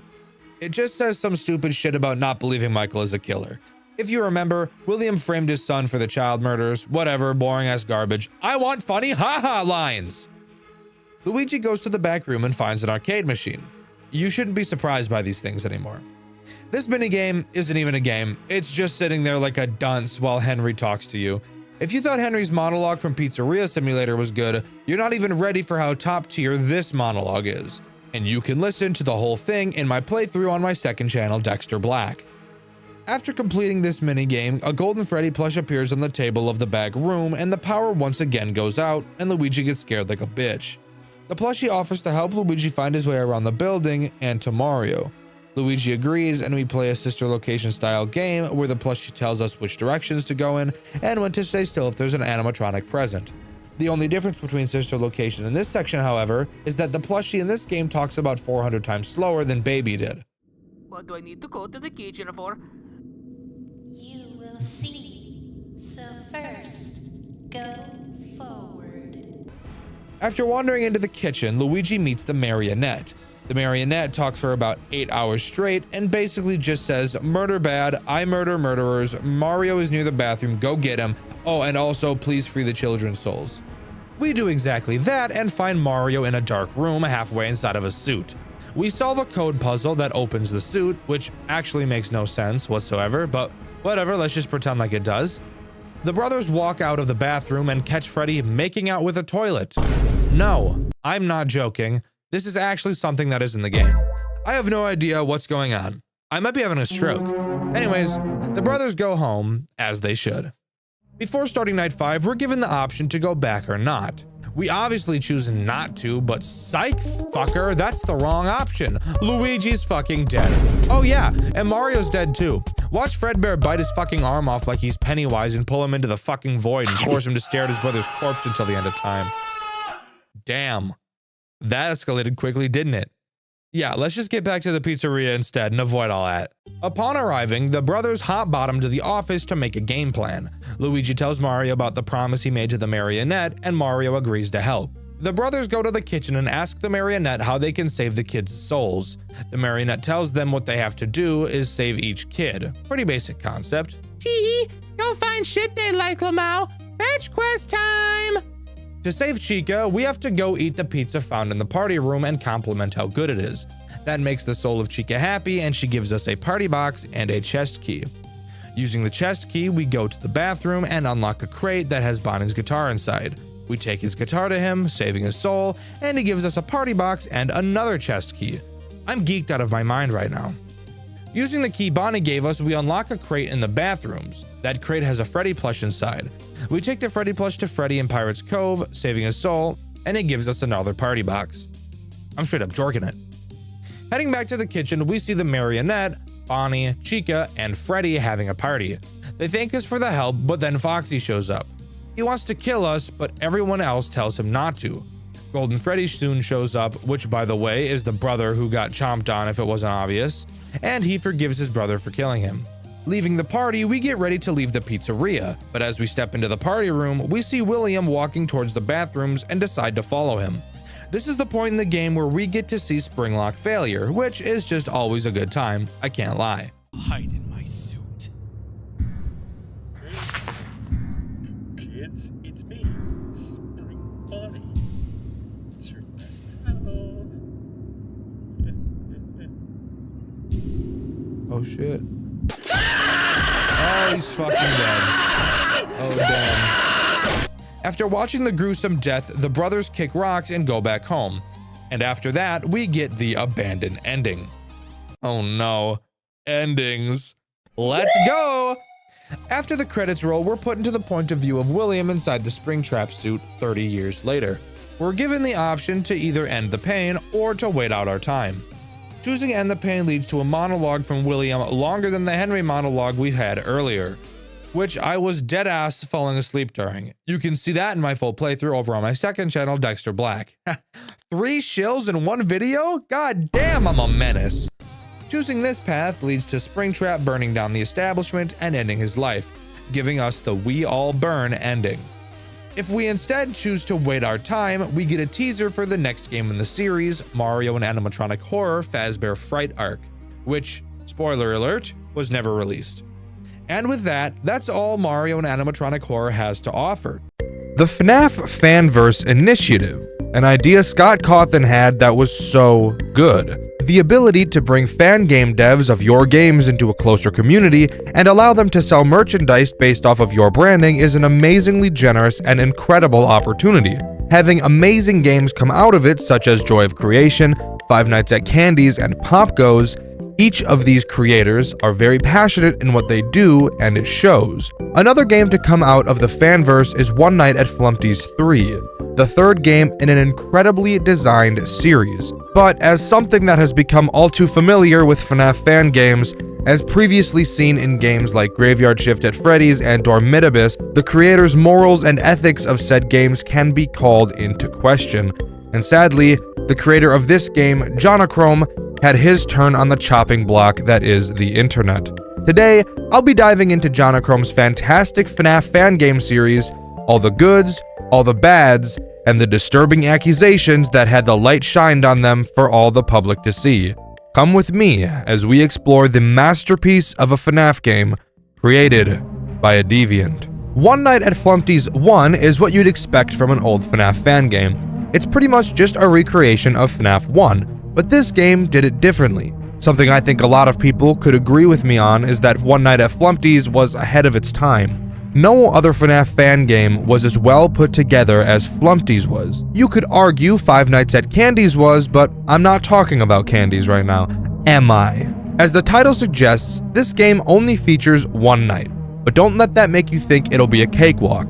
This one night is up there in difficulty with nights 5 and 6s from the normal FNAF games, and the difficulty increases by the hour instead of the day. Before I dive into gameplay, however, I want to talk about how amazing this game really looks. There's a lot to be said about Jonachrome, and I'll be diving more into his character at the end of the video. But Jonachrome is an artist, and a damn good one at that. Every single location in this game has so much character put into it, especially the office. Sure, there's a lot of dead things, but ignore what it is for a second and just admire how well done the 2D art in this game really is. Not many FNAF games go for a 2D approach, and I really wish more did because I think it looks amazing. Look at Playtime with Percy for another example. That game is 2D and it looks incredible. Then look at another completely flawless and probably the best FNAF game ever designed with zero competition, FNAF Shitpost. Another game with 2D art that is fantastic, and I definitely have no bias over that game at all. This game did something no other was doing at the time, and it has aged like a fine wine. But now, let's jump butthole first into the gameplay. As mentioned already, this game only has one night. But dear God, it's a long one. Each hour of this night is a minute and a half, making the full night 9 minutes long, which is a crazy amount of time for a FNAF game where you need to have good nerve control. Just like FNAF 1, you have a power system. However, it's only affected by your doors, so feel free to camp the cameras as much as you'd like without the worry of draining your power, which I promise you'll be doing often, as this game is going to rail you in the asshole with encounters, and you'll have to stay on top of each character's location. Speaking of the characters, who are they? Nice segue, Dexter. Thanks, Dexter. The first guy we'll talk about is obviously Flumpty, the main attraction. Flumpty acts both as the Freddy of this game and the phone guy. At the beginning of the night, he tells you that his name is Flumpty and that he is immune to the plot and can transcend space and time. He goes on to tell you that he kidnapped you and brought you here to be friends, and that he's coming after you. And coming after you, he is. Holy shit. This guy moves at the speed of sound. Flumpty moves randomly across cameras with no pattern, and he can teleport wherever and whenever he likes. Which means, if you're unlucky like me, he can get to your office in about 15 fucking seconds after the night starts. That's awesome. I'm in for a shitty time, aren't I? I'm covering 3 games in this video? Can I get that confirmed? Hey, can you confirm that? Yeah? Yeah, alright, fuck me. 3 games in the first 15 seconds already has me stressing. I love this. If you're unable to see Flumpty on any of the cameras, that means one of 2 things. Either 1, he's on the broken camera, which I'll talk about later, or 2, he's at your left door. If he's at your left door, just close it and bada bing bada boom, he can't get in. But something you'll immediately notice is that, unlike FNAF 1, there's no windows, so you won't be able to tell when he's left by just sitting in your office. So you'll have to constantly be checking the cameras to see where he is. And when he moves as fast as he does, it can get overwhelming quickly. Let's talk about our next freak, birthday boy Blam, or just Blam as I'll be calling him. Blam works very similarly to Flumpty, except he attacks the right door, and he can't teleport like a dick. He follows a set path to your right door. Just close it, watch the cameras to see when he leaves. I just queefed. That's all you have to do about him. Oh, and in case you're curious, he's also Usain fucking Bolt and moves around the building at Mach 30, so that's just awesome. The Beaver is up next on the chopping block, and yes, his name is just the Beaver. I guess Jonachrome gave up on names here, but that's okay. What does he do? The Beaver acts as this game's Foxy, which it honestly didn't even need because of how often you're checking the cameras, but who really cares? The Beaver is sitting on the toilet taking a big fat patty whacker double-decker dump and reading a newspaper with several tasteful stories in it. Next to the toilet, you'll see a roll of toilet paper. Throughout the night, the more you fail to watch the Beaver, the smaller the roll of toilet paper will get. When he runs out of toilet paper, the Beaver will sprint at your right door. Also, quick side note, the Beaver has knife feet. I don't know why, it's just something interesting to note. Who's up next, huh?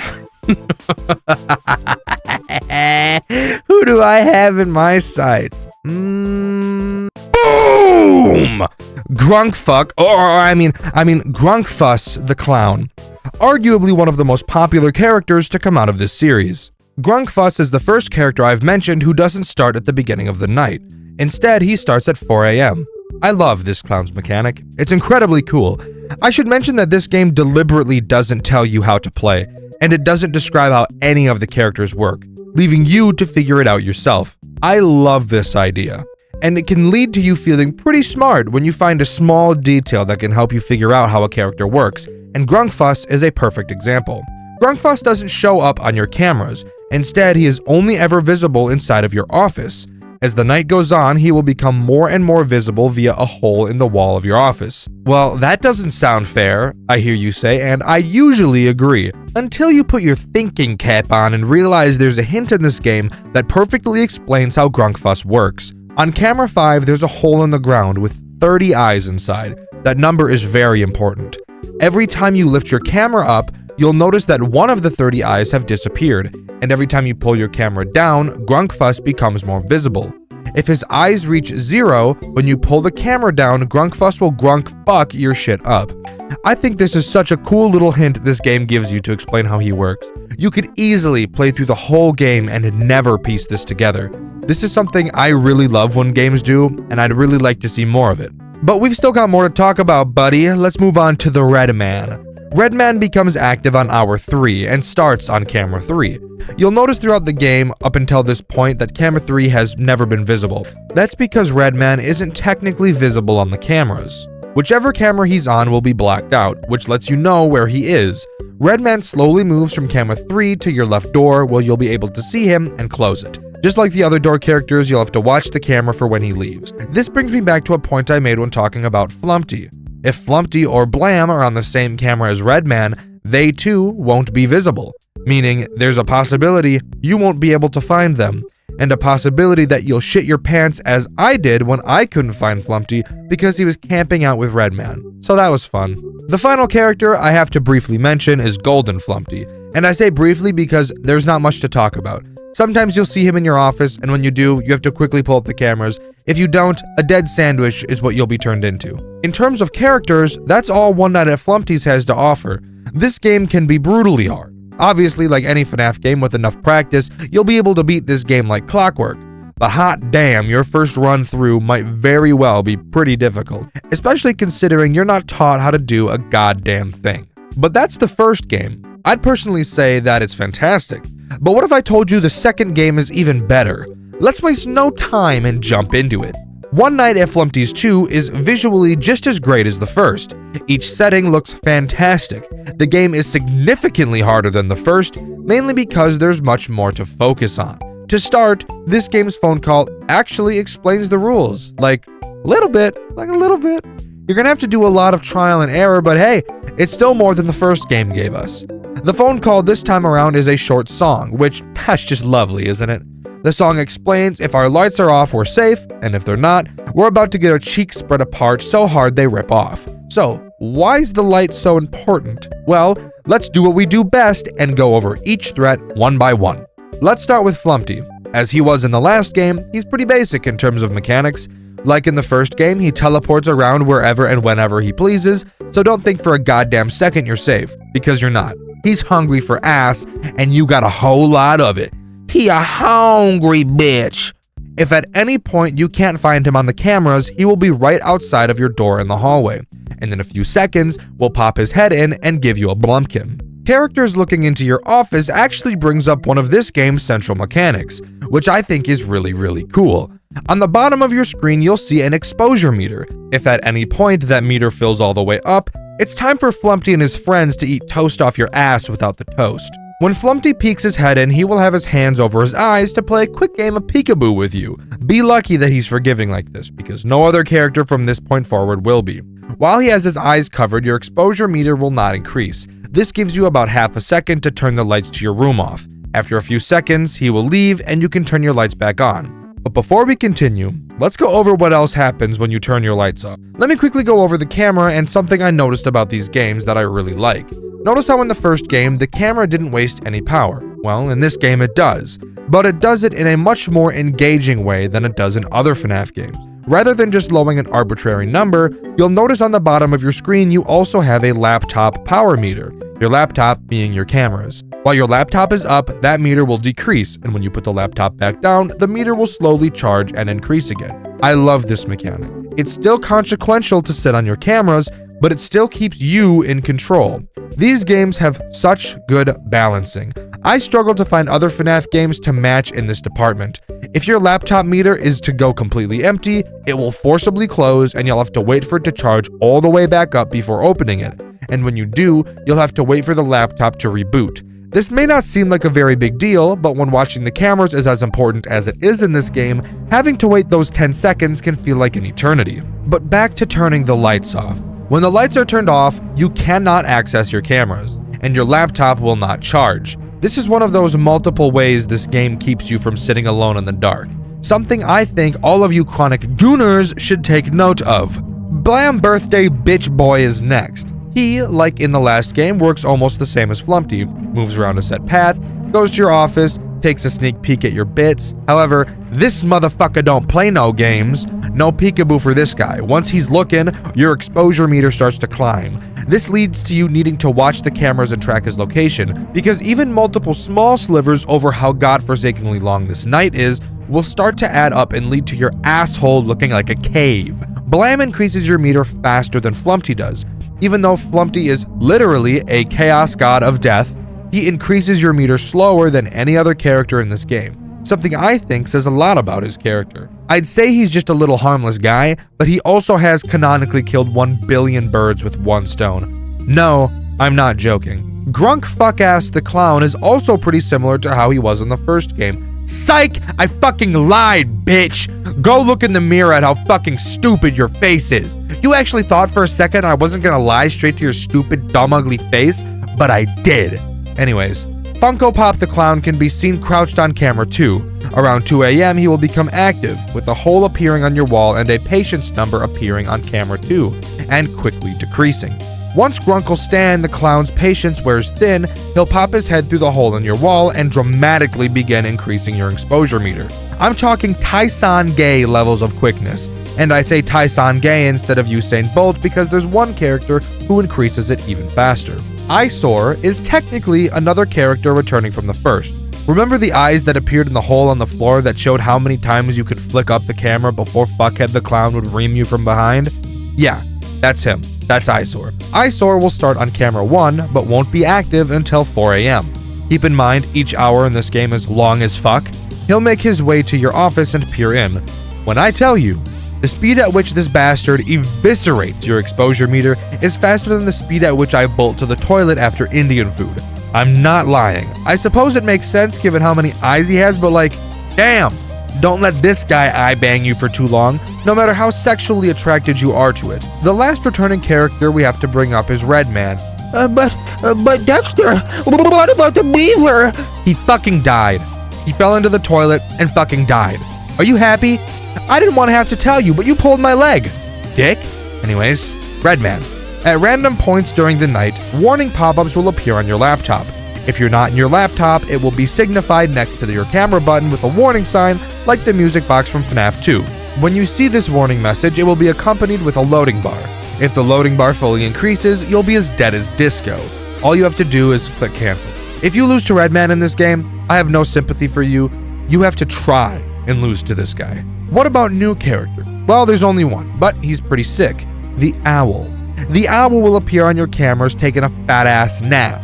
Throughout the night, he will open his eyes and eventually leave the urinal he's perched on. When he does, you'll have to quickly check your vent cameras to see which vent he's about to assault you through. Once you know, you'll have to close the vent in your office in accordance with which side the owl is attacking you from. If you don't, you guessed it, ask buffet and you're the main course. The vents don't waste any power, but only one of them can be closed at a time. So there's that. Additionally, you can close the vents even if your lights are off, which is incredibly generous and really just adds to the flow and pattern this game has. The final character I want to talk about is Golden Flumpty. So I guess I technically lied when I said Redman was the last recurring character, but fuck you.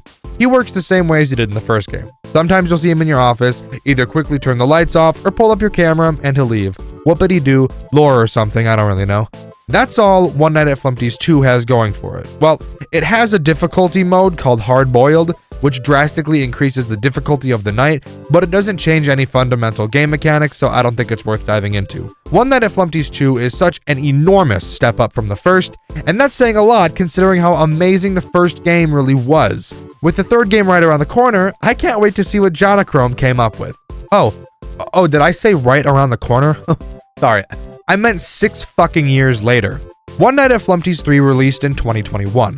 Jonachrome made it clear he was never interested in making another Flumpty's game after 2, but the only reason he did is because Scott reached out to him for the Fanverse initiative. So what does 3 have to offer, and does it live up to the last 2? Flumpty's 3 is just like the last in one way. The art is phenomenal. Every single scene is fantastic and full of references. It makes the game very fun to look at. The office in this game is very frozen. You'll notice a thermometer in the corner of your screen. It's very important that you keep yourself warm and not let that meter reach empty, or you'll freeze to death like a bitch. You can go over to the furnace to have it slowly increase, and you'll need to be doing this throughout the night. How about the threats though? Returning from the last 2 games, we have Blam, who works very similarly to how he does in previous games. He'll move around the building in a set path and make it to your door, which in this game is really just a hallway. The cameras don't have power, so you should be camping them as often as you can. When Blam gets to your door is when we have to talk about a new mechanic, your camera.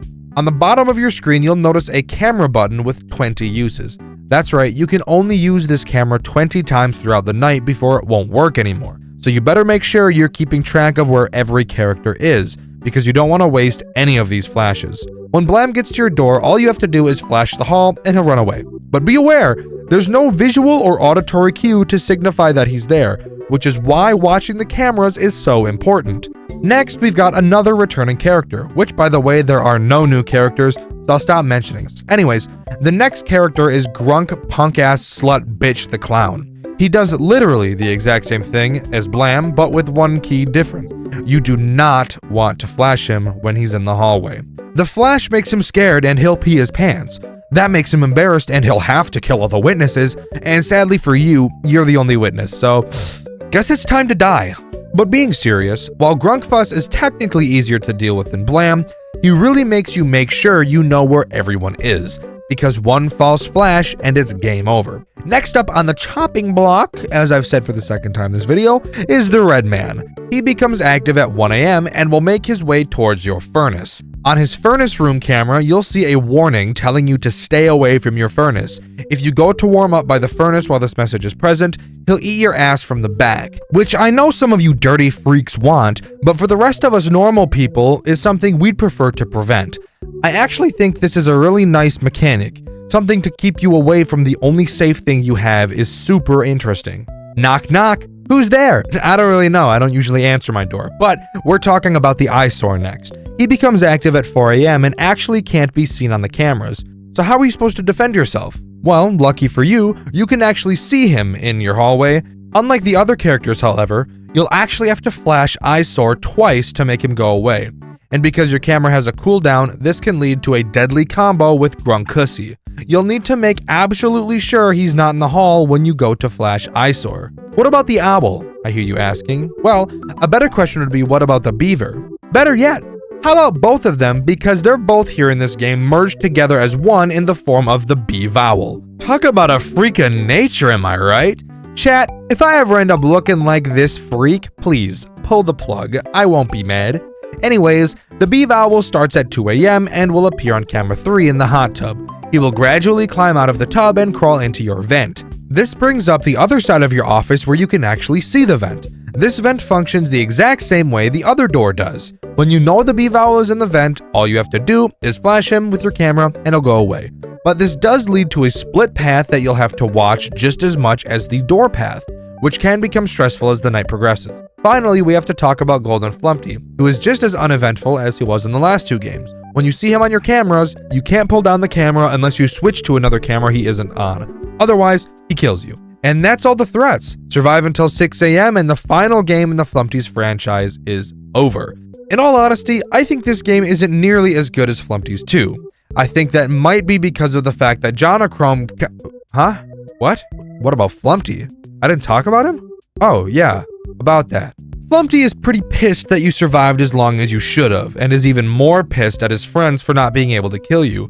Being a god, Flumpty sets the time back to 12 AM, murders all of his friends, and comes to get you himself.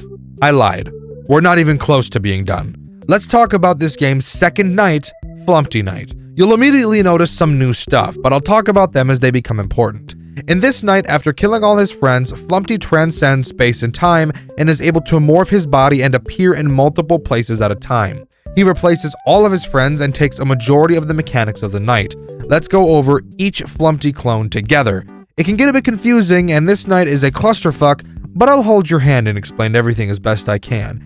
And let me tell you, my palms are clammy. The first clone to talk about is Another Flumpty. Yes, his name is literally, quote, Another Flumpty, end quote. This guy is the exact same as Birthday Boy Blam. Fireside Flumpty replaces the Red Man. Spider Flumpty, aka fucking animated Flumpty, again, that is literally his name, replaces the B vowel. But something cool I want to mention about Spider Flumpty is that he is gorgeously animated. Like, look at his animation when he crawls through the vent. It's gorgeous. Now we need to talk about the Flumpty clones that have their own mechanic in this game. Except not really. All-Seeing Eye Flumpty acts exactly like Grunkfuck does in Flumpty's 2. On camera 6, he'll have a patience timer, and when it reaches 0, he'll appear in your office through a hole in your wall. Also, you'll notice on this night that an exposure meter literally slides in from the side of the screen during the night, and All-Seeing Eye Flumpty will increase it. You get rid of him by flashing your camera at him. This night is about to get a lot more insane, I promise. Flumpty.exe replaces what the Red Man does from Flumpty's 2. Occasionally, a program will appear on your camera, and if you don't cancel it in time, then it's time for an ass-eating buffet. Shadow Flumpty works just how Grunkinky does in Flumpty's 1. The more you lower your camera, the further and further through positions he gets in your office. Lower it too many times, and he's gonna go spelunking in your asshole. I'm talking pounding ass pickles. Door Flumpty is where the 2 extra doors in your office come into play. He'll appear on either camera 8A or camera 8B. You can stop him by turning on your laser doors to keep him out. Also, you'll notice you have door power at the top of your screen, so you know, just something else you'll need to keep track of. Are you stressed yet? We're not done yet. While on your camera, sometimes you'll notice something really cool. Flumpty will fucking move the cameras 8A and 8B around to change which door that Door Flumpty attacks from. The first time I saw this while playing, I was freaking out. It's honestly such a cool idea that I've never seen done before. Finally, we have to talk about Virtual Boy Flumpty. Once 3 AM hits, if you look at your camera, you'll see a new section of the map that was never there before slowly lower from the top of the screen and add 2 new cameras to the game for you to keep track of. I want you to keep in mind, all the other bullshit I've already mentioned is still happening right now. Virtual Boy Flumpty will make his way to camera 10, which you'll see has a door power switch. If you let Virtual Boy Flumpty get into this room, he will flip the switch, permanently turning off the laser doors you use to keep Door Flumpty out. So how do you stop Virtual Boy Flumpty? Well, this is really awesome. You have to close another set of doors on the fucking cameras. I swear to God I'm smoking crack because this is insane. There is actually so much shit going on this night. It's so much fun to play once you get into a groove. This is something that Jonachrome does that not many other FNAF creators can replicate. Although all of this is happening at the same time, you will almost never feel like completing it is based on luck. Everything flows together so smoothly, it's just super fun to play. Midway through 4 AM, a new song will start playing and the true boss fight begins. This final stretch is so much fun. When the song starts playing, you'll notice every single bit of your UI start to change to completely random intervals constantly. However, all of the systems still work. Sure, you can't visually see where your thermometer is at, but it's still decreasing and you will still have to manage it. Flumpty sings a little song, and if you manage to get to 6 AM, the game truly ends. We get one last final cutscene where Flumpty finally lets us leave, and we see what the world has become while we've been trapped with him. Nothing but a wasteland, and we begin to question if escaping was even worth it at all. And the One Night at Flumpty's universe comes to a close. One Night at Flumpty's was one of the earliest FNAF fan games made, and I personally think it still holds up as one of the best in the world. Each game got better than the last, which is something that sadly doesn't happen with most series. I'm very glad that Jonachrome had such good attention to detail to make sure that the games never got stale. As much as I'd love to see more games from the Flumpty's franchise, I think it's best that 3 remains the final game, and I think Jonachrome thinks that way too. Flumpty's 3 finally showed us the extent of Flumpty's power with an amazing boss battle at the end, and he even honored his word by letting you leave once you beat him. This is such an incredible ending to such an incredible game, and I wouldn't have it any other way. I think One Night at Flumpty's is as close to perfection as a FNAF game can be, and it truly shows. But of course, with the good comes the bad. And it's time to talk about Jonachrome himself and the accusations that were thrown at him. 8 days after the release of One Night at Flumpty's 3, a user on Twitter posted a twit longer stating the following. Hello, my name is unimportant in this matter and I'd rather stay anonymous. I love this community. I absolutely have been a part of the FNAF fandom ever since 2014. The point of this is to try to make it safer for everyone and minors. Don't go attacking Scott over this. He had absolutely no way of knowing who Jonachrome really is. I also strongly insist that minors stay within their age groups when meeting friends in the same fandom online, whether artists or not. With that said, this is my testimony coming clean about Jonachrome. After seeing the release of One Night at Flumpty's 3 and how Jonachrome has insisted on staying within the community and fanverse, I cannot stand by and allow him to continue being within this fandom, and I really should have come forward much earlier when I initially found out. I was involved with plenty of his group DMs from 2016 to 2018. A girl by the name of Emily was 13 to 14 at the time, and he came all out about his relationship with her. Within group DMs we've had, Jonachrome was already in his 20s. Charges cannot be pressed as Emily would need to do it herself as she would now be 19. I have evidence to prove this with links to all of it, and witness statements, and messages from Jonachrome himself.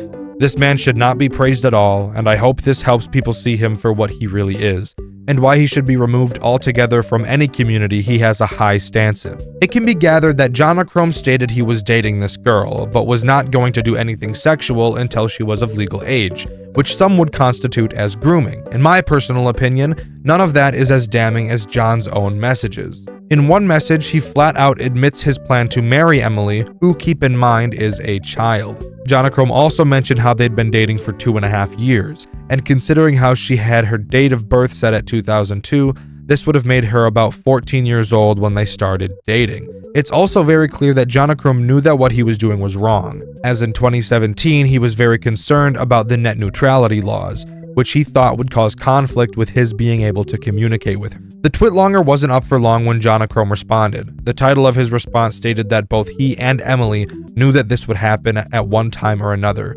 His response reads, "Well, if my statement means anything, here it goes. I'm not a child groomer and I'm not a pedophile. Plain and simple. I wouldn't dream of manipulating, abusing, or exploiting anyone, much less minors. And the twitlonger has no evidence to suggest that I did. It comes across as spiteful to me more than it comes across as a post made out of legitimate concern for anyone's safety.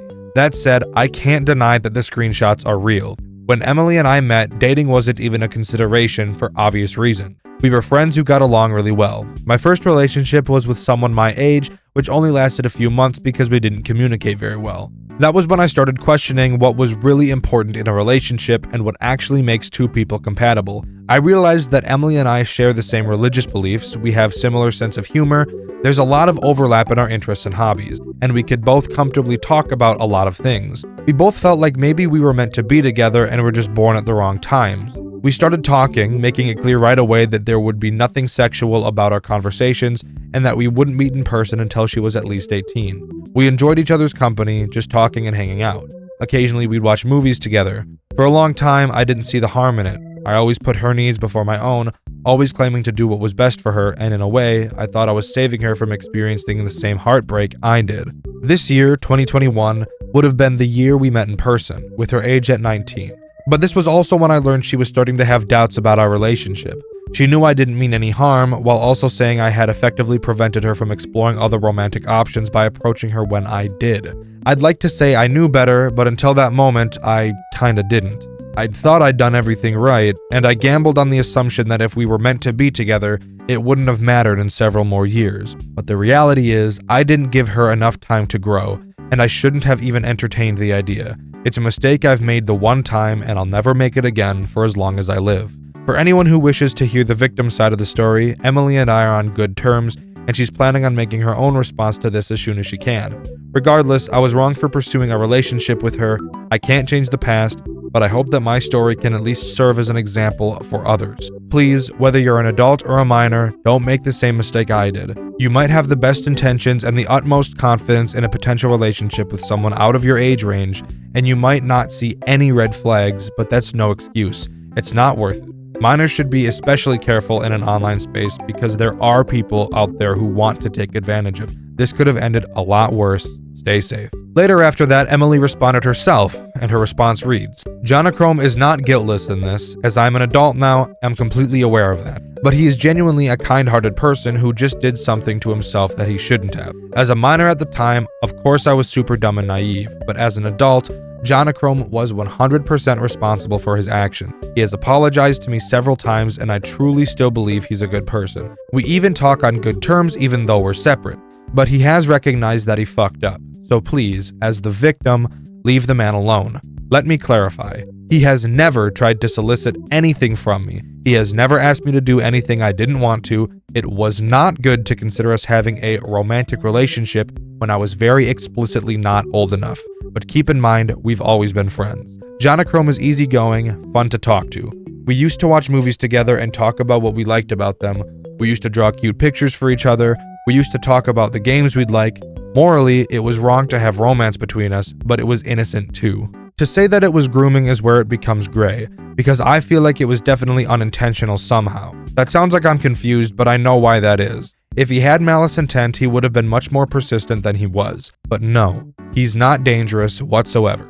If Jonachrome attempts something like this again, yeah, I don't think I could trust him. He has done something awful, but that doesn't mean he himself is awful. What matters is how he moves on. If he's learned from this to know not to go any further from what he did to me.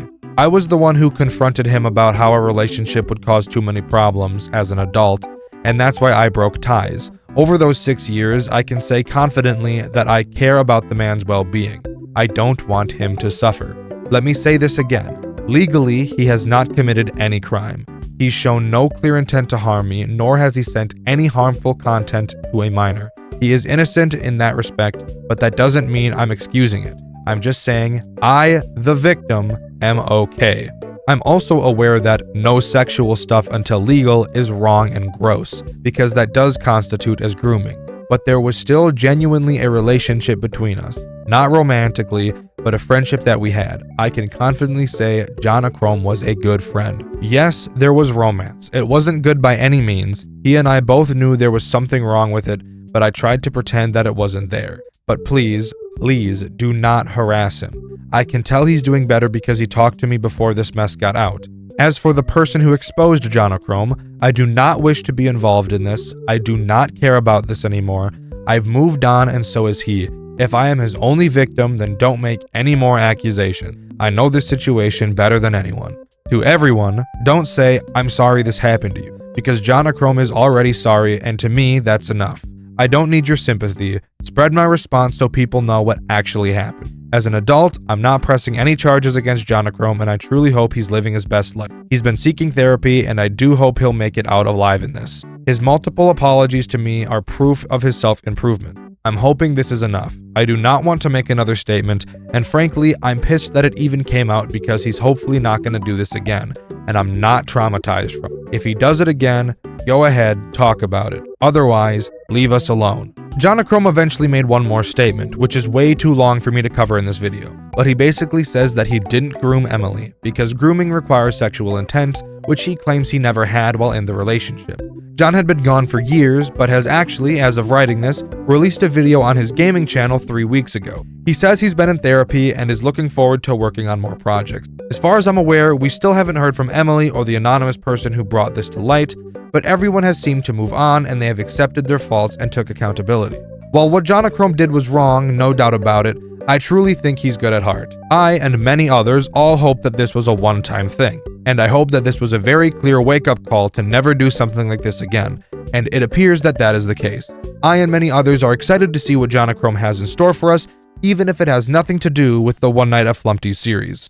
Infamous FNAF fan games. I'm sure just saying that has already caused a few games to pop into mind. One Night at Flumpty's, Five Nights at Candy's, The Joy of Creation, Those Nights at Rachel's, and for some, another franchise comes to mind. One whose name is incredibly ironic, a game whose name is an emotion that everyone wishes to have, although the game causes nothing but the opposite. A game I truly cannot fathom the popularity of. Rest assured, the FNAF fan game series we're covering today is bad. Very, very bad. Join me today as I dive into Jolly, the FNAF fan game series that broke me. Strap in, because this is the longest video I have ever made. Opening into the first cutscene, we're greeted by the newspaper, reading that restaurants have been closing everywhere due to the new Circus Babies Pizza World. Tying this game into the official FNAF lore, the owner of Jolly Entertainment claims he will be competing with Circus Babies. And let me tell you, this fuck-ass restaurant doesn't stand a goddamn chance. Anyways, moving on to gameplay. Jolly seemed to think it'd be an amazing idea to take all of the good mechanics from Five Nights at Freddy's and say, yeah, I could make this worse. To start, we have a large window and one door.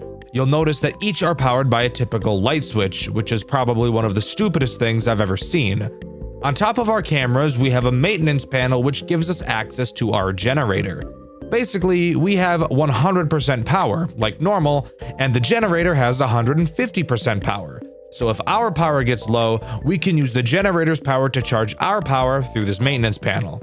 This mechanic seems a little useless to me, honestly. Why not just give us more power or make our power last longer? Maybe just to give us another thing to distract us? I'm not totally sure. Your camera system is pretty bare bones. Jolly was made a long time ago. It's in the realm of series like Five Nights at Candy's in terms of age, so to an extent, I can forgive this game for being so dated. But rest assured, that doesn't mean I'm going to hold back on ripping it to shreds. Anyways, the cameras. I will give this game credit where it's due. The camera system actually has something I think is pretty cool. This game has 2 floors in the restaurant, with an elevator used to move from floor to floor. I'm not seeing any sight of stairs either, which I'm pretty sure is an OSHA violation just waiting to happen. You can see the camera of this elevator, and on it you can actually cause the elevator to change floors, meaning that if an animatronic rides the elevator up to your floor, you can quickly send the elevator back down, causing them to need to use another movement opportunity to move it back up. But don't get too excited about this mechanic, as it is completely obsolete when I start talking about how stupidly fucking hard this game is for no reason whatsoever. So let's talk about Night 1, which starts off strong by introducing 2 characters, Tweety and George. Tweety uses the elevator to get to your office. If you watch my full playthrough on my second channel, Dexter Black, you'll be able to see me get plenty of enjoyment sending her stupid ass back downstairs every time she tried to come up to my floor. Oh, she didn't like that. She didn't like that I switched the elevator at all. Once she arrives at your office, you'll be able to see her in your window. Now pause. I want you to take a long look at this office. Notice how the window is literally nowhere near the fucking door? Yeah? So let me ask you, if you saw an animatronic in this window, would you ever, in a million years, think you need to close the door right when you see them? No? Well, you see, that's exactly what I thought too. But guess what, retard? You're completely wrong. For some reason, God knows why, the developer decided that this window was going to act like the windows from Five Nights at Freddy's 1, except neglecting the fact that the only reason the windows from FNAF 1 worked was because the window was directly next to the door, so it felt like there was no time before the character would arrive in your office. This game, that doesn't work, because you've placed the door a whole fucking football field in distance away from the window, so I'd have zero reason to think the animatronic currently staring at me would blow out my butthole like a Nachos Bel Grande. This is dumb, this is bad. Really fucking bad. But whatever, really. Once you eventually figure out that's how this mechanic works, it should be pretty simple, right? Just close the door and wait for them to go away. Well, yes, exactly. Close the door and wait approximately, I don't know, 400 years. Because the rate at which these stupid robots move away from your door is pretty much zero. It'd probably be faster to just sit in one spot and wait to die, honestly. But whatever, eventually they'll leave and then you're free to open your door. Except, psych moron, since this one took so long to leave, another robot is at your window again! Yay! And who's at your window? Well, probably George. George? How'd you get here? George moves through your camera vents. You'll notice on the vent cams that you'll be able to seal the vent to prevent the animatronics from moving through them. But those probably don't work as you'd expect them to. Let's migrate for a second and talk about Five Nights at Freddy's 3. In that game, when Springtrap enters your vent, you can seal it off, which in that instance, Springtrap's neurons start firing and send a message to the body saying, "Hey, let's get out of this vent. Clearly, we're unable to continue moving forward." Not in Jolly. There are no neurons to fire in these robots' heads. In their mind, they're just thinking, "Vent was open minute ago. Why no vent open now? I wait until vent open again, then I continue move." Yeah, that's right. The animatronics will never leave the vents after you seal them, so sealing them really acts more like a stalling system, except closing the vents drains your power, and because of that, it makes closing your vents literally fucking pointless. So basically, if you haven't been paying attention thus far, George crawls through your vents no matter what you do and eats your balls like a sirloin steak. Fantastic. It wouldn't be a FNAF game without a music box like mechanic, now would it? Of course not. And rest assured, this game has one too, using a character by the name of Antoinette. Antoinette appears on camera 11 tied up in some wires. You'll see a graphic on this camera referencing 4 wires holding Antoinette in place. Every once in a while, one of these wires holding him back will break and you'll have to repair it, which takes around 900 decades. If all of the wires break, he'll eat your butt. You'll realize, especially on later nights, that a wire is broken on this guy pretty much constantly, so you'll barely have any time to peel your eyes away from the cameras to work on other things. But realistically, I personally had no problems dealing with Antoinette throughout my playthrough, which by the way, you can check out on my second channel, Dexter Black. That's 2 plugs and we're just getting started. This is a long video, so sit your ass down. It also wouldn't be a game I fucking hate without post-night minigames that serve no purpose other than to be annoying. So let's talk about them. The post-night 1 minigame has you play as Jolly. All you have to do is walk into parts and service where you watch Antoinette go on an elevator and the minigame ends. That's it. Wasn't that just awful? Well, get ready because they're only going to get worse from here. Night 2. What new ass does this bring out? Well, do you remember George? The guy I talked about like 2 minutes ago? Well, Night 2 brings on Maxie. Why did I bring up George? Well, because Maxie is literally just George. She moves into the vent, then to your window. The only difference? Maxie is more aggressive than George is. And George is already pretty damn aggressive, so hearing that was amazing news for me. You know, I think I'd rather grind my ass on a cheese grater than worry about this stupid game that I hate so much. Night 2 post-night minigame time! In this minigame, we play as Jolly again. You, once again, walk into the parts and service room and see Antoinette tied up in wires. At the bottom of the screen, text appears stating, "It's okay."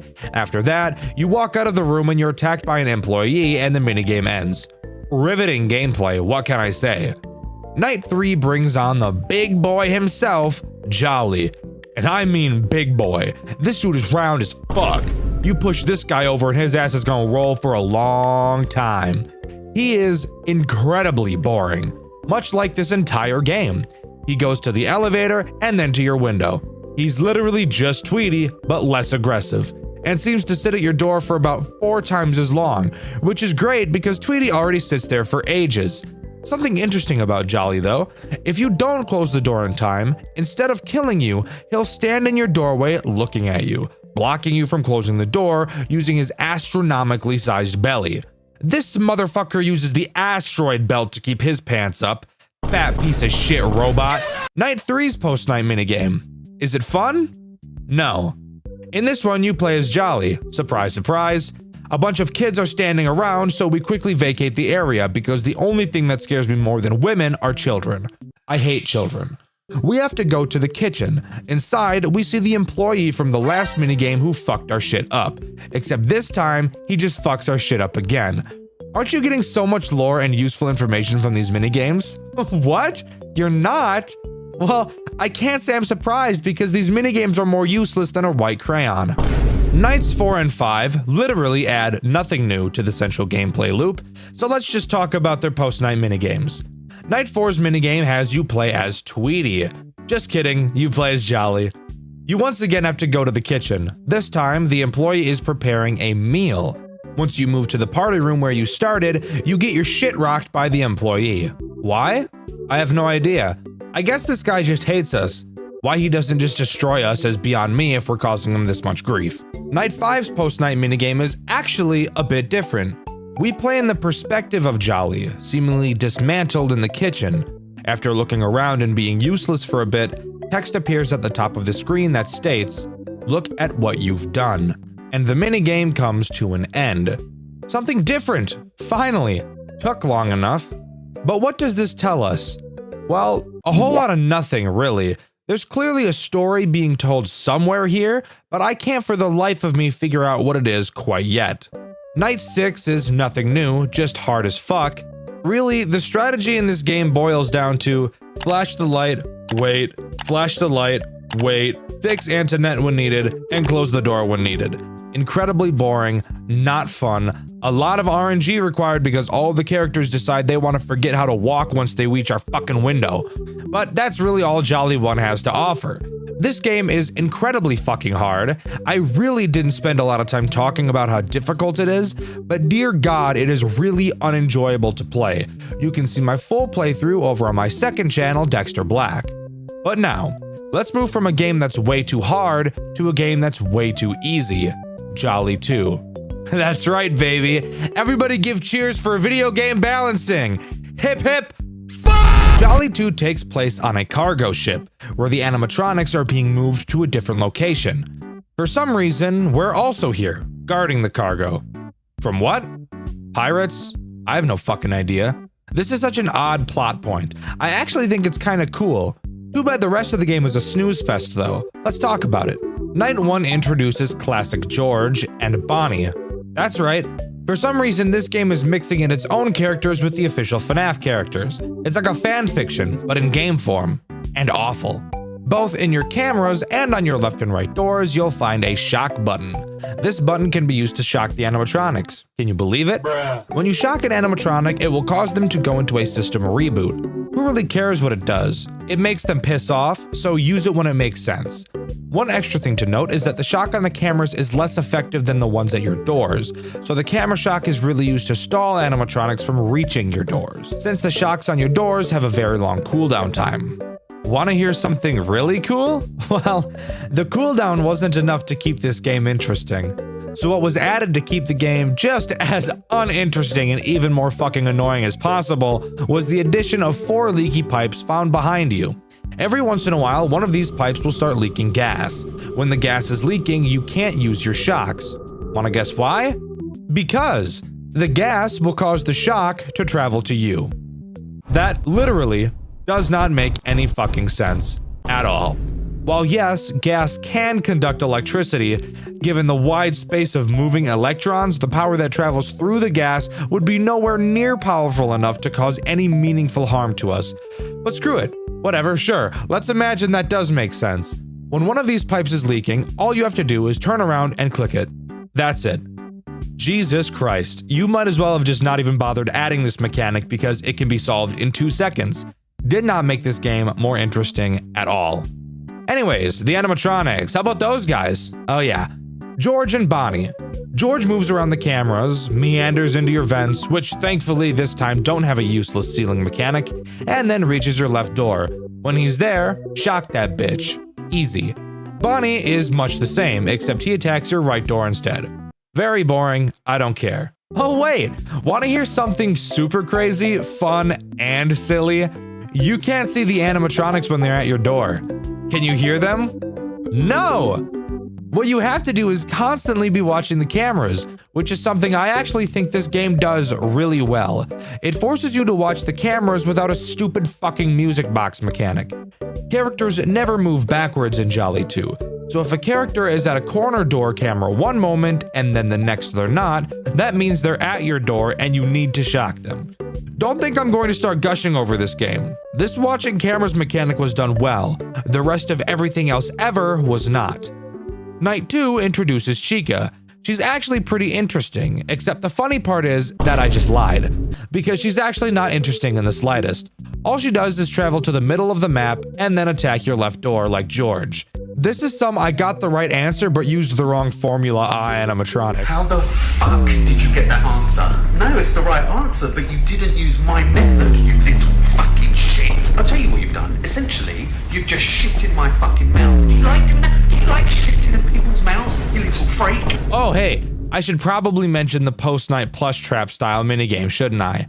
After each night, you'll be able to play a minigame called Time to Sleep with Foxy, which, by the way, is the only time he makes an appearance in this game. Time to Sleep consists of you attempting to take a nap in the cargo ship, but Foxy thinks it would be really funny to tickle your feet and make you squeal. While you sit on your bed, your sleep meter will increase. However, you'll be able to see 2 entrances to your room where Foxy can attack. If you listen closely, you'll be able to hear him moving on either side. When you do, you'll have to go over to that door and flash your light at him. Note, when you're not on your bed, your sleep meter decreases, and Foxy is pretty damn aggressive, so have fun never making progress in your entire life.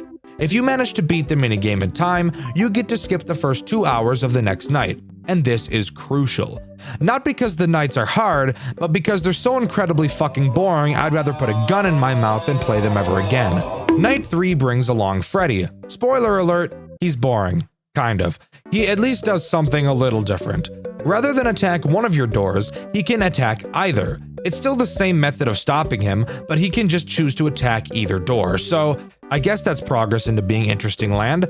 Nothing else much more to note here, pretty boring overall. I will say it's on this night that using your camera shock to stall the characters starts to become useful, so I guess that's something. Night 4 introduces the man, the myth, the literal wrecking ball of a robot, Classic Jolly. Brother, this guy stinks! Jolly does something crazy that actually makes this game pretty fun. Psych! Moron, I fucking lied. All he does is attack your right door exactly like every other animatronic does. Somehow, the main character of the game is less interesting than one of the others, which is just crazy to me that you could even make that happen. Nights 5 and 6 are just harder versions of Night 4, with nothing changing. Oh, and also, they're still not very hard at all, so that's cool. Well, I guess all that's left to talk about are the post-night minigames. Dexter, haven't you already talked about Time to Sleep? Well, yes, I have. However, this game also added in stupid boring-ass shit 8-bit minigames just like the first game, except somehow managed to make them even more boring. Let's talk about them. Night 1's post-night minigame has you playing as a security guard from Freddy Fazbear's, attempting to stop Afton from luring a kid into the bathroom, where in this universe he would presumably kill them, rather than in the back room like in the actual game. Why this detail is changed even though they're adding their story to the original is beyond me. Night 2's post-night minigame has you playing as a security guard from Freddy Fazbear's, attempting to stop Afton from luring a kid into the bathroom. Night 3's post-night minigame has you playing as a security guard from Freddy Fazbear's, attempting to stop Afton from luring a kid into the bathroom. Night 4's post-night minigame has you playing as a security guard from Freddy Fazbear's, attempting to stop Afton from luring a kid into the bathroom. Are you getting sick of this yet? Night 5's post-night minigame has you playing as a security guard from Freddy Fazbear's, attempting to stop Afton from luring a kid into a bathroom. Wasn't this segment totally worth your time? No? Well, you watched it anyways. So basically, if your brain doesn't work, Afton killed the kids. Wow, shocker. I would have never been able to figure that out without your expert opinion game. Thank you. There is a true ending in this game, however. If you die on night 5, 6, or go to the extras menu and click a small Jolly sprite in the corner, you'll be brought to a minigame exactly like Sister Location, where you have to strategically throw burgers into the mouths of some fat-ass kids. After that, you can collect a bonus hamburger and go to the second floor of the minigame and stand on an invisible platform. After that, jump to the right side of the screen and you'll be teleported to a new minigame. In this new minigame, you'll find a girl in a pink shirt crying like a bitch. Once she sees Jolly, she hugs him, but Afton quickly grabs her and we cut to a cutscene where we're in front of an arcade machine, slowly panning out, and the game ends, giving you the true ending. What have I gathered from this? Well, in one of the post-night minigames, we see that it's Bring Your Daughter to Work Day, which I'm pretty sure has never been an event that has ever taken place at a restaurant in history. but I'm gonna take a solid guess that the girl that hugged Jolly in the final minigame was the daughter of the security guard we've been playing as. This game is really pulling at my heartstrings, guys. But that's all Jolly 2 has to offer. This game is somehow marginally worse than the first, which I think deserves a medal because after playing the first game, I didn't think that was possible. Jolly 2 is so incredibly easy that you could probably beat it blindfolded. None of the mechanics are engaging in any way, and the story in no way makes up for the gameplay shortcomings.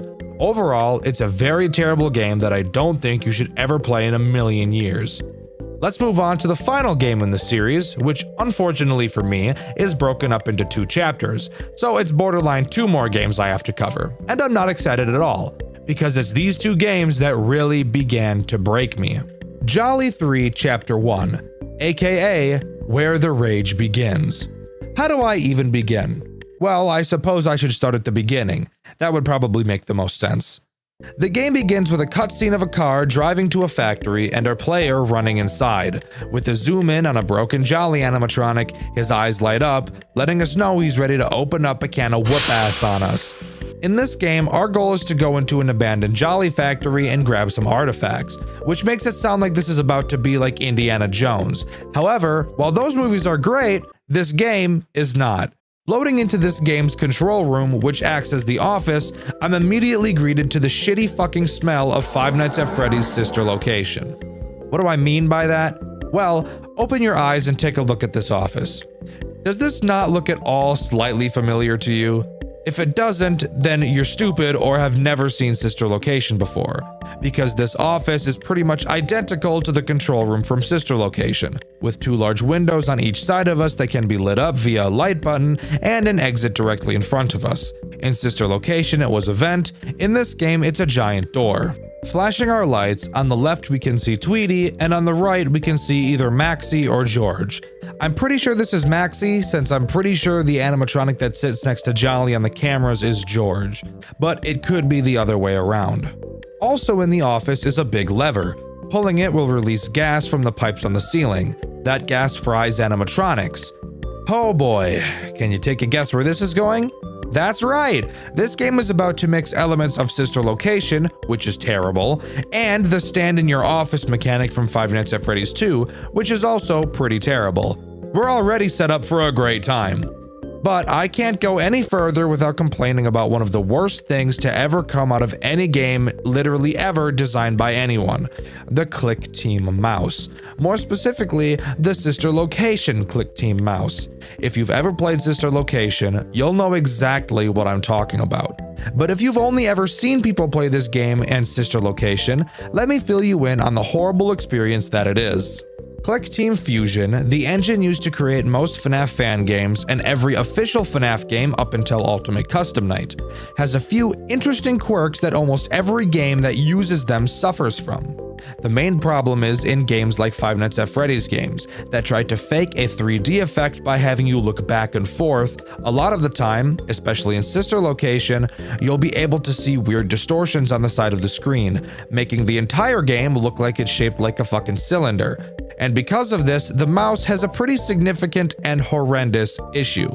While you look from side to side in the office, since we're not actually in a 3D space and what we're looking at is actually just a 2D image being warped to appear 3D, you'll notice that as the mouse hits the exact center of the screen, it looks like the mouse gets locked on the X-axis, and as soon as the screen reaches the end of the 2D image, it looks like the mouse unlocks and can continue to move freely. While I say the mouse is, quote, locked, it actually really isn't. It's moving just as freely as it would when it's on the sides of the screen, but because we're faking a 3D environment in an engine that can't natively do 3D, it leads to this awkward and janky mouse movement that not only looks weird, but feels even weirder. I cannot fucking stand this mouse. I hated Sister Location for it, and I hate Jolly for it even more, because this game is already just hot dog shit ass as it is.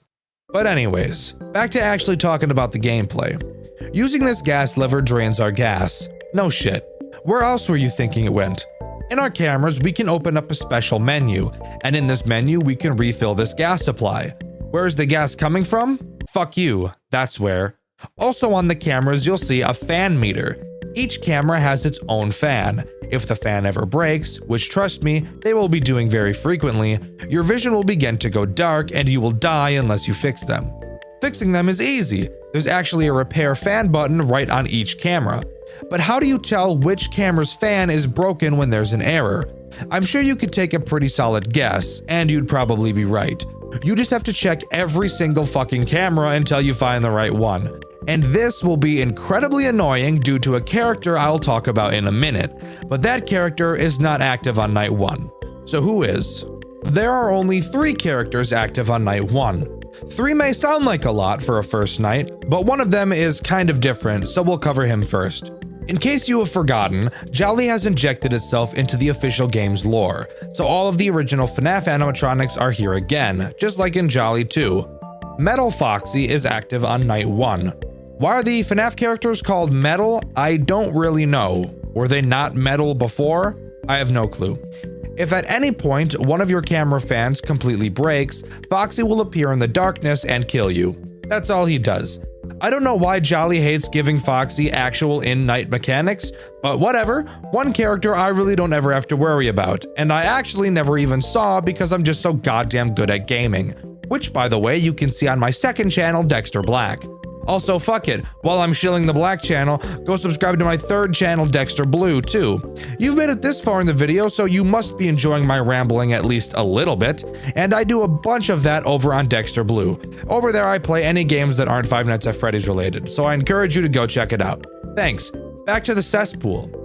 Another character introduced on this night is Withered Tweety. Withered Tweety is as boring as a character can get. She pisses around on the cameras and eventually jumps headfirst into your office to give you head. But pause. Think, dumbass. It's a robot. Don't have intercourse with it. It's not even a hot robot, so I don't even know why you'd want to anyways. Once she's in your office, just spray some gas on her and she'll leave. The final character introduced on this night is Withered Maxie.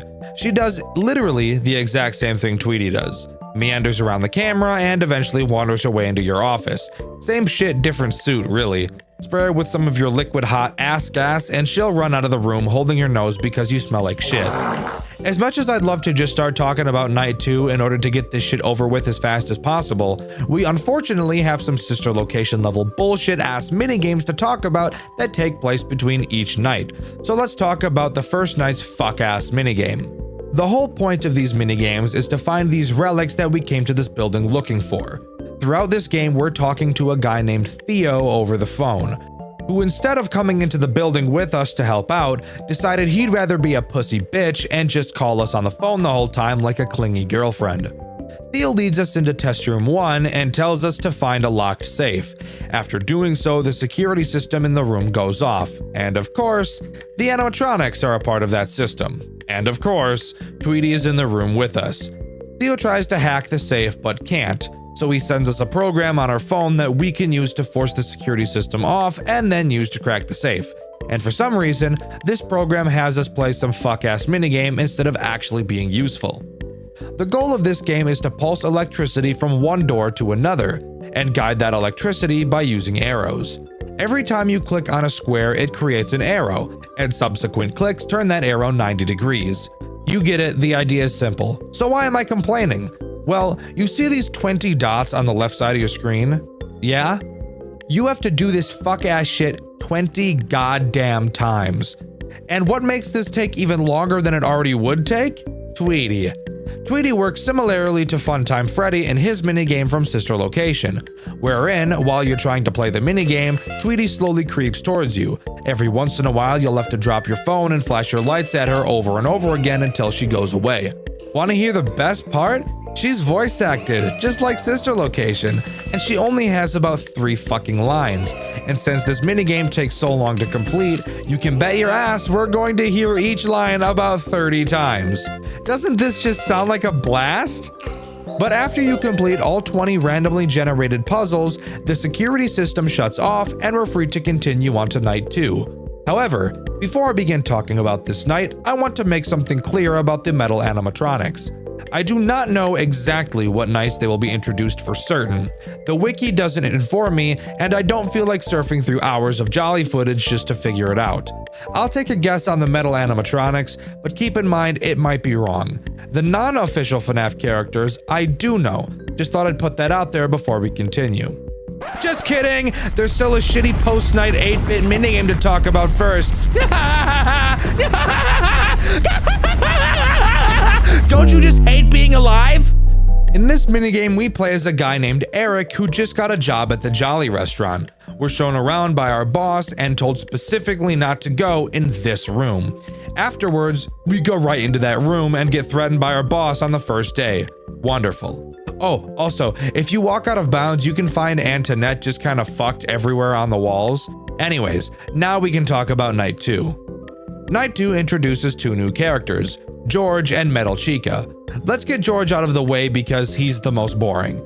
Can you guess how he works? If you said exactly the same as Tweety and Maxie but with a different movement pattern, then you'd be correct. Moves around the cameras, enters your office, spray him with gas, and he pisses off. Repeat. Now we can talk about the most annoying fucking character in this whole game.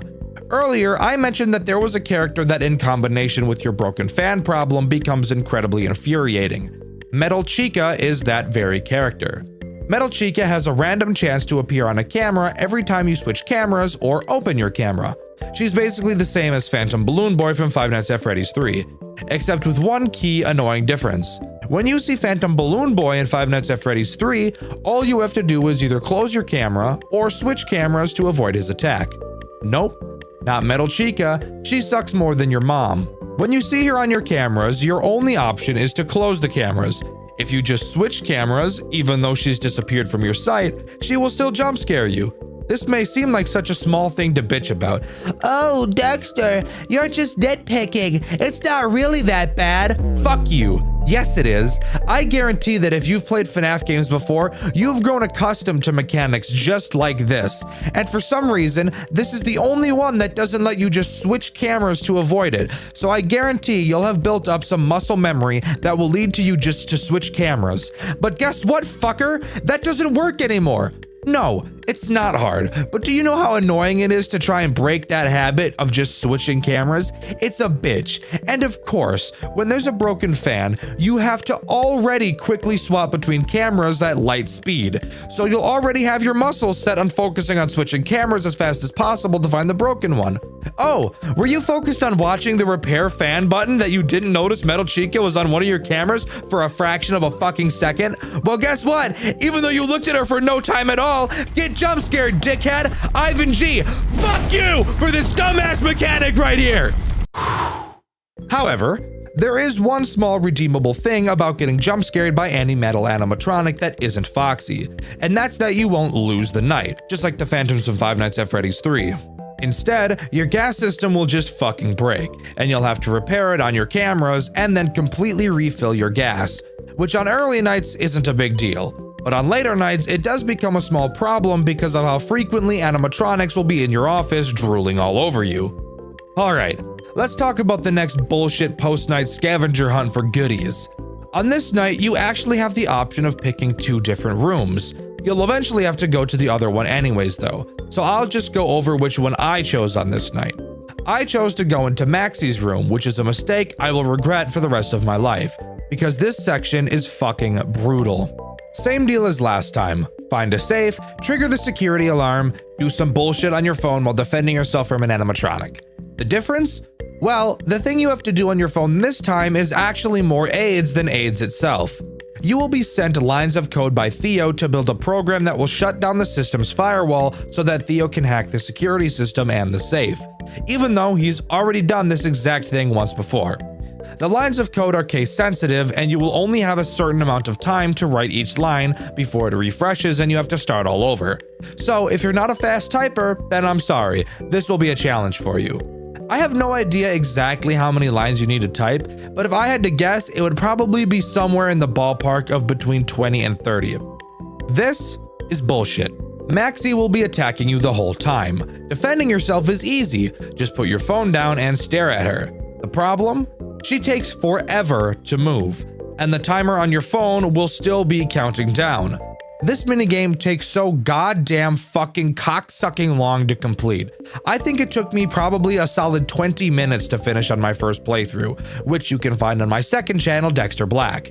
I'm so fucking drained, guys, you don't understand what this series is doing to me, and writing this script, having to relive my trauma that I had thought I had put behind me is absolutely brutal. So please, let's just move on. After completing that bullshit, we move on to the Night 2 post-night minigame 8-bit minigame. Did you catch all that? I don't really care. Let me tell you, this minigame isn't a minigame, it's just a cutscene. Eric is bringing his daughter to work with him, and if you remember, this is an event that happened in one of the 8-bit minigames from Jolly 2. Eric walks into the building and very quickly walks back out to tell his daughter Zoe to not enter the building. He doesn't explain why, but begs her to stay in the car before re-entering the building. And that's where the minigame ends. You know, sometimes when I'm playing a game, I think, wow, this gameplay is truly unrivaled by any other game I've ever played. This game is not one of those games, by the way. Night 2 introduces 2 new characters that I hate, Metal Bonnie and Metal Freddy. Metal Freddy is less rage baity, so let's talk about him first. Metal Freddy has a chance to appear in your office at any time. When he does, all you have to do is flip up the camera within 3 seconds and he'll go away. If you don't, he'll jump scare you and fuck your gas system, which again, can be a huge problem on later nights given how often someone will be in your office. Now, let's talk about Metal Bonnie, and why I hated him so fucking much until I discovered the mega ultimate epic ass Metal Bonnie strategy. Metal Bonnie has a chance to appear in your windows every time you flash your light in them. If he appears anytime you do this, he will immediately jump scare you and fuck your gas supply. In a FNAF game where lights are always a crucial mechanic, this may sound brutal, but you haven't heard about my mega ultimate epic ass Metal Bonnie strategy yet. Basically, the way you perform the mega ultimate epic ass Metal Bonnie strategy is just by not flashing your lights ever. Yeah, forgot to mention that this is literally a worthless mechanic, because you never need to see out of these windows to ever progress through the night at all. It took me an embarrassingly long time to figure that out, and you can see how stupid I was in my full playthrough on my second channel, Dexter Black. I shouldn't have done it. I shouldn't have done it. I shouldn't have done it. I shouldn't have done it and I did it. I knew it was gonna happen. I knew it was a possibility and I did it anyways. Now, after beating that night, we can talk about the lovely Night 3 post-night minigame. So which door are we gonna pick here? Let's do this one. Oh, fuck, what the dick? Okay, well, we just got jumped and ganked by Antoinette. What the hell happened? Wait, where are we? Oh shit, we're on a conveyor belt or something. It's at this moment some random bitch starts talking at us. What brings you here? In this harmonious place of ours? Apparently, she knows we're stealing, and she's about to F us in the A. The conveyor belt turns on and we start getting moved towards a giant fucking spiky crusher that would never under any circumstance ever be in a factory. We're shown we have to rapidly spam the up and down arrows on our keyboard to stop ourselves from dying. When I tell you that you have to spam fast as fuck, I mean it. However fast you think you can spam, I bet it's just barely fast enough. If you stop for even a fraction of a second, you will launch towards that crusher at fucking Mach 25. And how long do you have to spam for? 2 full minutes. 2 full minutes of pressing 2 keys, quite literally as fast as you can, without ever slowing in your tempo even once. I'm shaking as fuck! Come on, bro. Come on, bro. Keep fighting. Keep fighting. I'm shitting myself on this motherfucking conveyor belt right now, bro! Don't make me do it! I'll short my pants on this fucking conveyor belt, on God, I swear to God! Fuck me, I'm gonna die! I'm dead as fuck! Say goodbye to my children! I don't have children, children suck! Fuck, I'm shitting my pants and pissing them too! I'm so sorry! Oh my God, fuck, I'm gonna die as fuck! I'm shitting myself! It's all down to my shoes and my socks! It's all stuck in my This right here is the worst fucking thing throughout this entire series. It truly does not get worse than this. My arms fucking hurt badly after finishing this section. It actually took me 2 attempts because I couldn't do it for long enough on my first try. This shit sucks, and it sucks hard. People say that Jolly 3 Chapter 1 is the best game in the franchise. They're fucking wrong. This is actually the worst shit I've ever played through in my entire life. I would rather sandpaper my ball sack than ever touch this stupid shit ass section ever again. Now, after that disaster, does the Night 3 post-night minigame, post-minigame, 8-bit minigame do anything that's interesting? Well, yes, actually it does. I was pleasantly surprised at how interesting this minigame actually was. In it, we play as Zoe, who, like a rebel, disobeys her dad and enters the building anyways. It's incredibly dark inside, and after a bit of wandering, she's captured by Eric's boss, who, by the way, was William Afton if you couldn't guess. We're shown Zoe crying in a dark room, and we hear the dialogue between William, who's in the dark back room, and Eric, who's locked outside. Inside of the back room along with Zoe are 4 other children, and we get to hear William argue with Eric as he brutally murders all 4 children, leaving Zoe for last, and forcing Eric to listen and watch as his daughter is murdered in front of his eyes. This is some of the most demented shit I've ever seen, but I actually think it's really cool. Not often in FNAF games do we ever get this close to seeing the terrible acts committed by the villains. And while no, I'm not eager to watch child murder, I think portraying it through these 8-bit minigames is a great way to let the game get serious without actually showing anything horrendously vile. Good job, Jolly. This cutscene is actually really cool, and I can appreciate that. But let's get back to the shit show. Night 4 introduces Jolly himself. Can you guess what he does? Fuck you, he just walks into your office, gas him and he's gone. Yes, every single non-metal character in this game acts exactly the same way. I'm not kidding, they're all identical, just with different patterns for how they get around the map. This is actually such garbage gameplay, I don't really have anything to compare it to. It's just embarrassing and a spit in the face to the player. Want a cherry on top? Jolly is the last character introduced in this game, which means Night 5 is going to be the same repetitive bullshit, but just with some more RNG. Aren't you excited? Now, for the post-night minigame, we finally get to go into the room we tried to get into last night, and the room I chose again could have been chosen on Night 2. If you chose this room, you'd be forced into the maxi room on this night. This one is really easy. All you do is find the safe and type in the code Theo gives you. That's it. No security fuck up, just typing in the code and you're home free. The only thing is that the lights to the room turn off and you get a long ass monologue from the girl who tried to squish you to death in the previous night.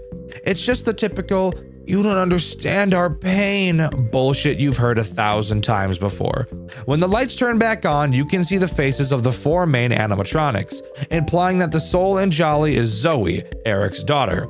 Zoe tells us to fix the past so history doesn't repeat itself, and then we're free to continue without any bullshit minigame that makes me want to rip my foreskin into pieces and throw them into the air like confetti.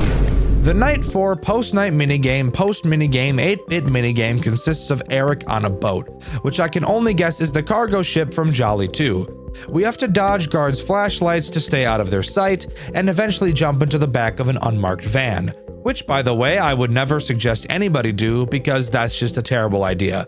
But after that, the minigame is over and we can move on. And please, dear God, let us move on because I'm starting to run out of steam here. Before we begin Night 5, Theo calls us and tells us he wants us to grab a fucking animatronic out of the factory and bring it with us. Are you fucking serious right now? You want me to grab one of the fucking murder robots? Are you out of your fucking mind? I think you're crazy. Eat my ass. I'm gonna do it anyways though, so I guess let's just get through the 5th night. I'm not gonna bore you by talking about it because again, it's just a more RNG bullshit version of Night 4, so let's not waste any time and talk about what happens after you beat it. After completing Night 5, we head back to the Octagon and get a call from Theo. He thinks there might be an unactivated animatronic somewhere deeper in the factory. He apologizes and said that he knows we're tired, but to think about all of the money and recognition we'll get if we can pull this off. This seems like the most classic case of manipulation I've ever seen. But even knowing that, let's continue to fall for it every single time anyways. It's what happens in every single relationship, right? And hey, if we've all made it through one of those, what's stopping us from doing it one more time in Jolly? But this is where Jolly 3 Chapter 1 ends, with us heading deeper into the factory on the hunt for an animatronic to take back with us. Will this end up working out for us? We'll find out next week in the next Dexter White video. No, I'm just kidding. We're finishing this up now. All right, let's wrap this shit up, huh? Jolly 3 Chapter 2 continues directly after Chapter 1. Who would have thought? We travel down an elevator into the Jolly Entertainment underground facility in search of a deactivated animatronic. Theo marks a spot on our map, and we actually get to travel around the building much like the movement system in A Shadow Over Freddy's, which by the way is a game I've covered on this channel on Dexter White. You should watch that video after you watch this one. And fuck it, subscribe to Dexter Black and Dexter Blue because this video is sucking my soul out of my body right now. Anyways, after arriving at a door, we scan a key card we have and a robot tells us that we don't have access and to quote, return to our quarters, intern. This audibly confuses Theo and reveals that we are playing as someone who has previously worked for Jolly Entertainment. And if I had to guess who, my money would be on Eric being our main character throughout the games. After a bit more exploring, we enter a security office and a tape begins to play from the CEO of Jolly Entertainment, teaching us how to be night guards. We're told that we'll be put to the test before getting the job, and that he's placed 2 deadly robots in the building to defend ourselves from. Really? This is how you test your interns? Fuck, I see why we quit. But whatever. Instead of letting him explain it, I'm going to explain it because I'm the YouTuber, and it would seem lazy if I just played the phone call out in its entirety, no matter how badly I want to do that so that I don't have to write about this fuck-ass game any longer. Let's get the biggest elephant out of the room, the camera system. This camera system is like nothing I've ever seen in a FNAF game ever, and I'm gonna be honest, I actually really like it. It took me a bit to get used to it, but it's actually pretty cool. The cameras are split up into 4 quarters. Clicking on any of them will zoom in and give you a normal looking FNAF camera map, but with only 3 to 4 buttons on each. Meaning if you want to check on another camera, you have to exit the quarter you're in and select another one. I feel like this makes the pressure of going through the cameras just a bit more interesting and tense, and I think that's something these games have been missing, so good job, Jolly. Anyways, there are only 2 animatronics that can actually end your night in this entire game, and go figure, they're both active on night 1. These characters are Jolly and George. You'll notice in this game that Jolly has taken his head off, and a skinned human head can be seen in its place. Just something Sigma I thought I'd bring up, but yes, this is Jolly. Both characters act the same way, just attacking different doors in your office. Once they get to your office, you'll have to jam their signal. Fun fact, you can tell George is at your office by his glowing eyes like he's straight out of Five Nights at Candy's, so dealing with him is super easy. Jolly, however, is a bit of a tricky one. You cannot see his eyes at the door. So how do you know he's there? Now's a good time to talk about the maintenance panel located behind you. If you turn around, you'll find this panel, and it has 3 tabs located on it. Let's talk about the jammer tab first since I've already mentioned it. Going to the jammer tab, you'll be able to activate the jammer. Damn, did you need a PhD to figure that one out, fuckface? When Jolly or George is at your door, you have to use the jammer to make them go away. But then the jammer has to recharge, which takes a pretty long damn time. If you ever use the jammer when nobody is at your door, the cooldown will last even longer, so really make sure you know where everyone is. I mentioned not being able to see Jolly at your door. Well, first of all, watching your cameras is important, so that'd probably help. Keeping your eyes on George isn't a big deal because you can see him, but Jolly is someone you're going to want to watch. He actually has 2 paths to your left door. The long way, aka the way you want him to go, and the short way, aka the way you don't want him to go. I'm sure you can guess why. Ding ding ding! Because of the jammer cooldown! Good job! Here, you get a cookie. Anyways, you can always double check where both George and Jolly are by using the radar tab on your maintenance panel. I'm sure you can guess what it does. It pings both of their locations on the map. This way you can tell for sure that Jolly is at your door if context clues on the camera aren't enough for you. However, every time you use the radar there is an incredibly long cooldown, so only use it when you really can't find Jolly. But woohoo! You beat the night and we get to move on to the post-night 1 minigame, which by the way are way better than the post-night minigames from chapter 1. You'll be sat in front of a computer. You're tasked with decrypting 10 files each night, which each take a decent amount of time. However, while you're doing this, you'll be being attacked by Rusty Freddy, Bonnie, Chica, and Foxy. Their mechanics are very easy. Every once in a while, you'll hear the sound of a door opening. When you hear it, you'll need to quickly turn around. You'll easily be able to tell which door has been opened, and you need to run over to that door and listen for breathing, just like Five Nights at Freddy's 4. If you hear breathing, you need to flash your light to scare the animatronic away and then lock the door. If you don't hear breathing, then all you need to do is lock the door without flashing your light. Then go back to decrypting. Decrypt all the files and you're home free. All of the animatronics act the same, by the way, so I'm not covering each of them here. Night 2 introduces 2 new characters, Shadow Tweety and Shadow Maxie. Shadow Maxie is not ass, so let's talk about her first. She is literally exactly the same as Metal Chica from Chapter 1, spawning on a camera and fucking you up if you don't put the camera down, except she acts much like a shadow puppet from Five Nights at Freddy's 3, where she'll fuck up your vision and stun you for a while if she jump scares you. So definitely don't let that happen or you will probably die. Shadow Tweety, on the other hand, is a dick. She will slowly start building herself in your office the longer you look forward. Turning around will make her slowly deconstruct. If she ever finishes building herself, she'll jump scare you and cause a ventilation error. Oh wait, shit, I didn't talk about errors. Just like Five Nights at Freddy's 3, you have 3 errors: ventilation, camera, and AC, all of which can happen at complete random, and you'll have to waste a bunch of time repairing them on your maintenance panel. Choosing not to fix any of them can obviously lead to some major issues, so how about you just do it, you little bitch? But that's really about it. Complete the night and you move on to the decryption minigame again, and then back to the night section. No new characters are ever added, it's just harder and harder every time. Same thing goes for the decryption minigame, so there's really not much more to talk about until the end of the 5th night. After completing the 5th night, we get a short cutscene letting us know we have passed the test and we can work here full time, which also explains why we have a keycard in the first place. Theo gives us a call and tells us that the oxygen system in the building has been tampered with. He gives us coordinates to the control room and we have to book it through the building to fix it. It's at this time I get to tell you about a bunch of fucking bullshit. This time, while roaming around the building, George is active and moving around too. And getting around him is the most fucked bullshit on the face of the earth. I literally don't know how to describe how to beat him because I really don't even know what I did. It seems like every single possible movement ends in a death. You have this hold your breath mechanic you're supposed to use, but there is no visual cue to let you know when you're safe to pass him. What you're supposed to do is hold your breath and wait, then exhale and walk past him. You might think, oh, hold your breath until he leaves. But he never leaves. He just stands there, menacingly, staring you down no matter what you do. If you don't hold your breath for just the right amount of time with literally no sign as to how long that's supposed to be, you're fucked and you have to listen to bitch-ass Theo's cutscene again.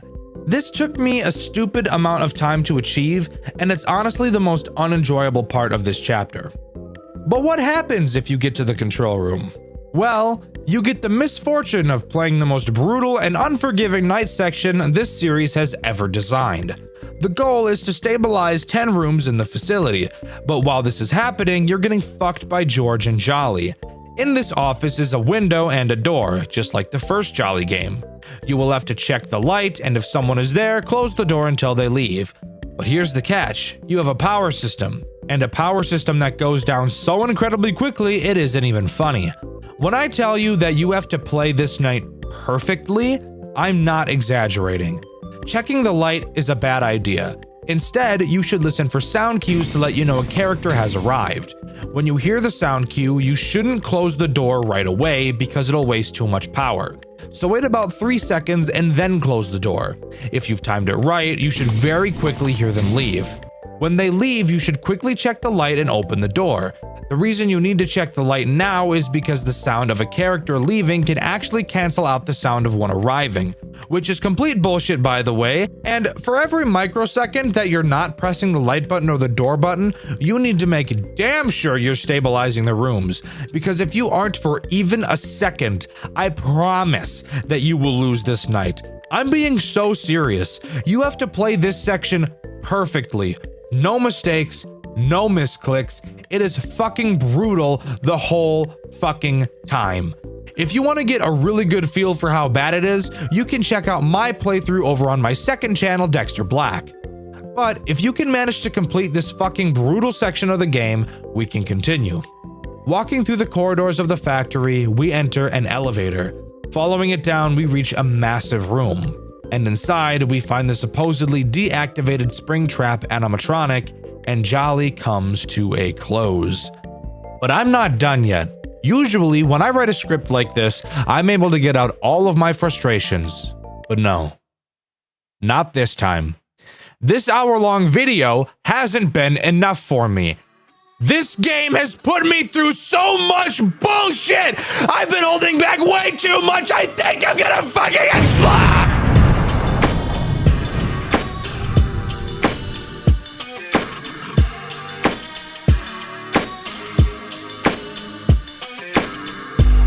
Some words to say, so I said them. I'm still fed up with this shit, so I grab my pad and my pencil. I'm about to go in, cause trying to be gotta be putting my foot down, a foot in. I cannot stop right now, I'm getting motion. I cannot call fit now and close all the curtains, cause George looking me up and down while licking on his lips. And Jolly coming up behind, grab my ass, said she mine, bitch. Nah, I don't got time for this shit. I got all these bitches climbing on me, they be beating on my ass like Muhammad Ali. I got a lot of emotions up inside me, better be believing one of them ain't Charlie. They be breaking on my back, Bruce Lee, even knowing that this shit is really fucking easy. I got a lot of emotions up inside me, better be believing one of them ain't Charlie.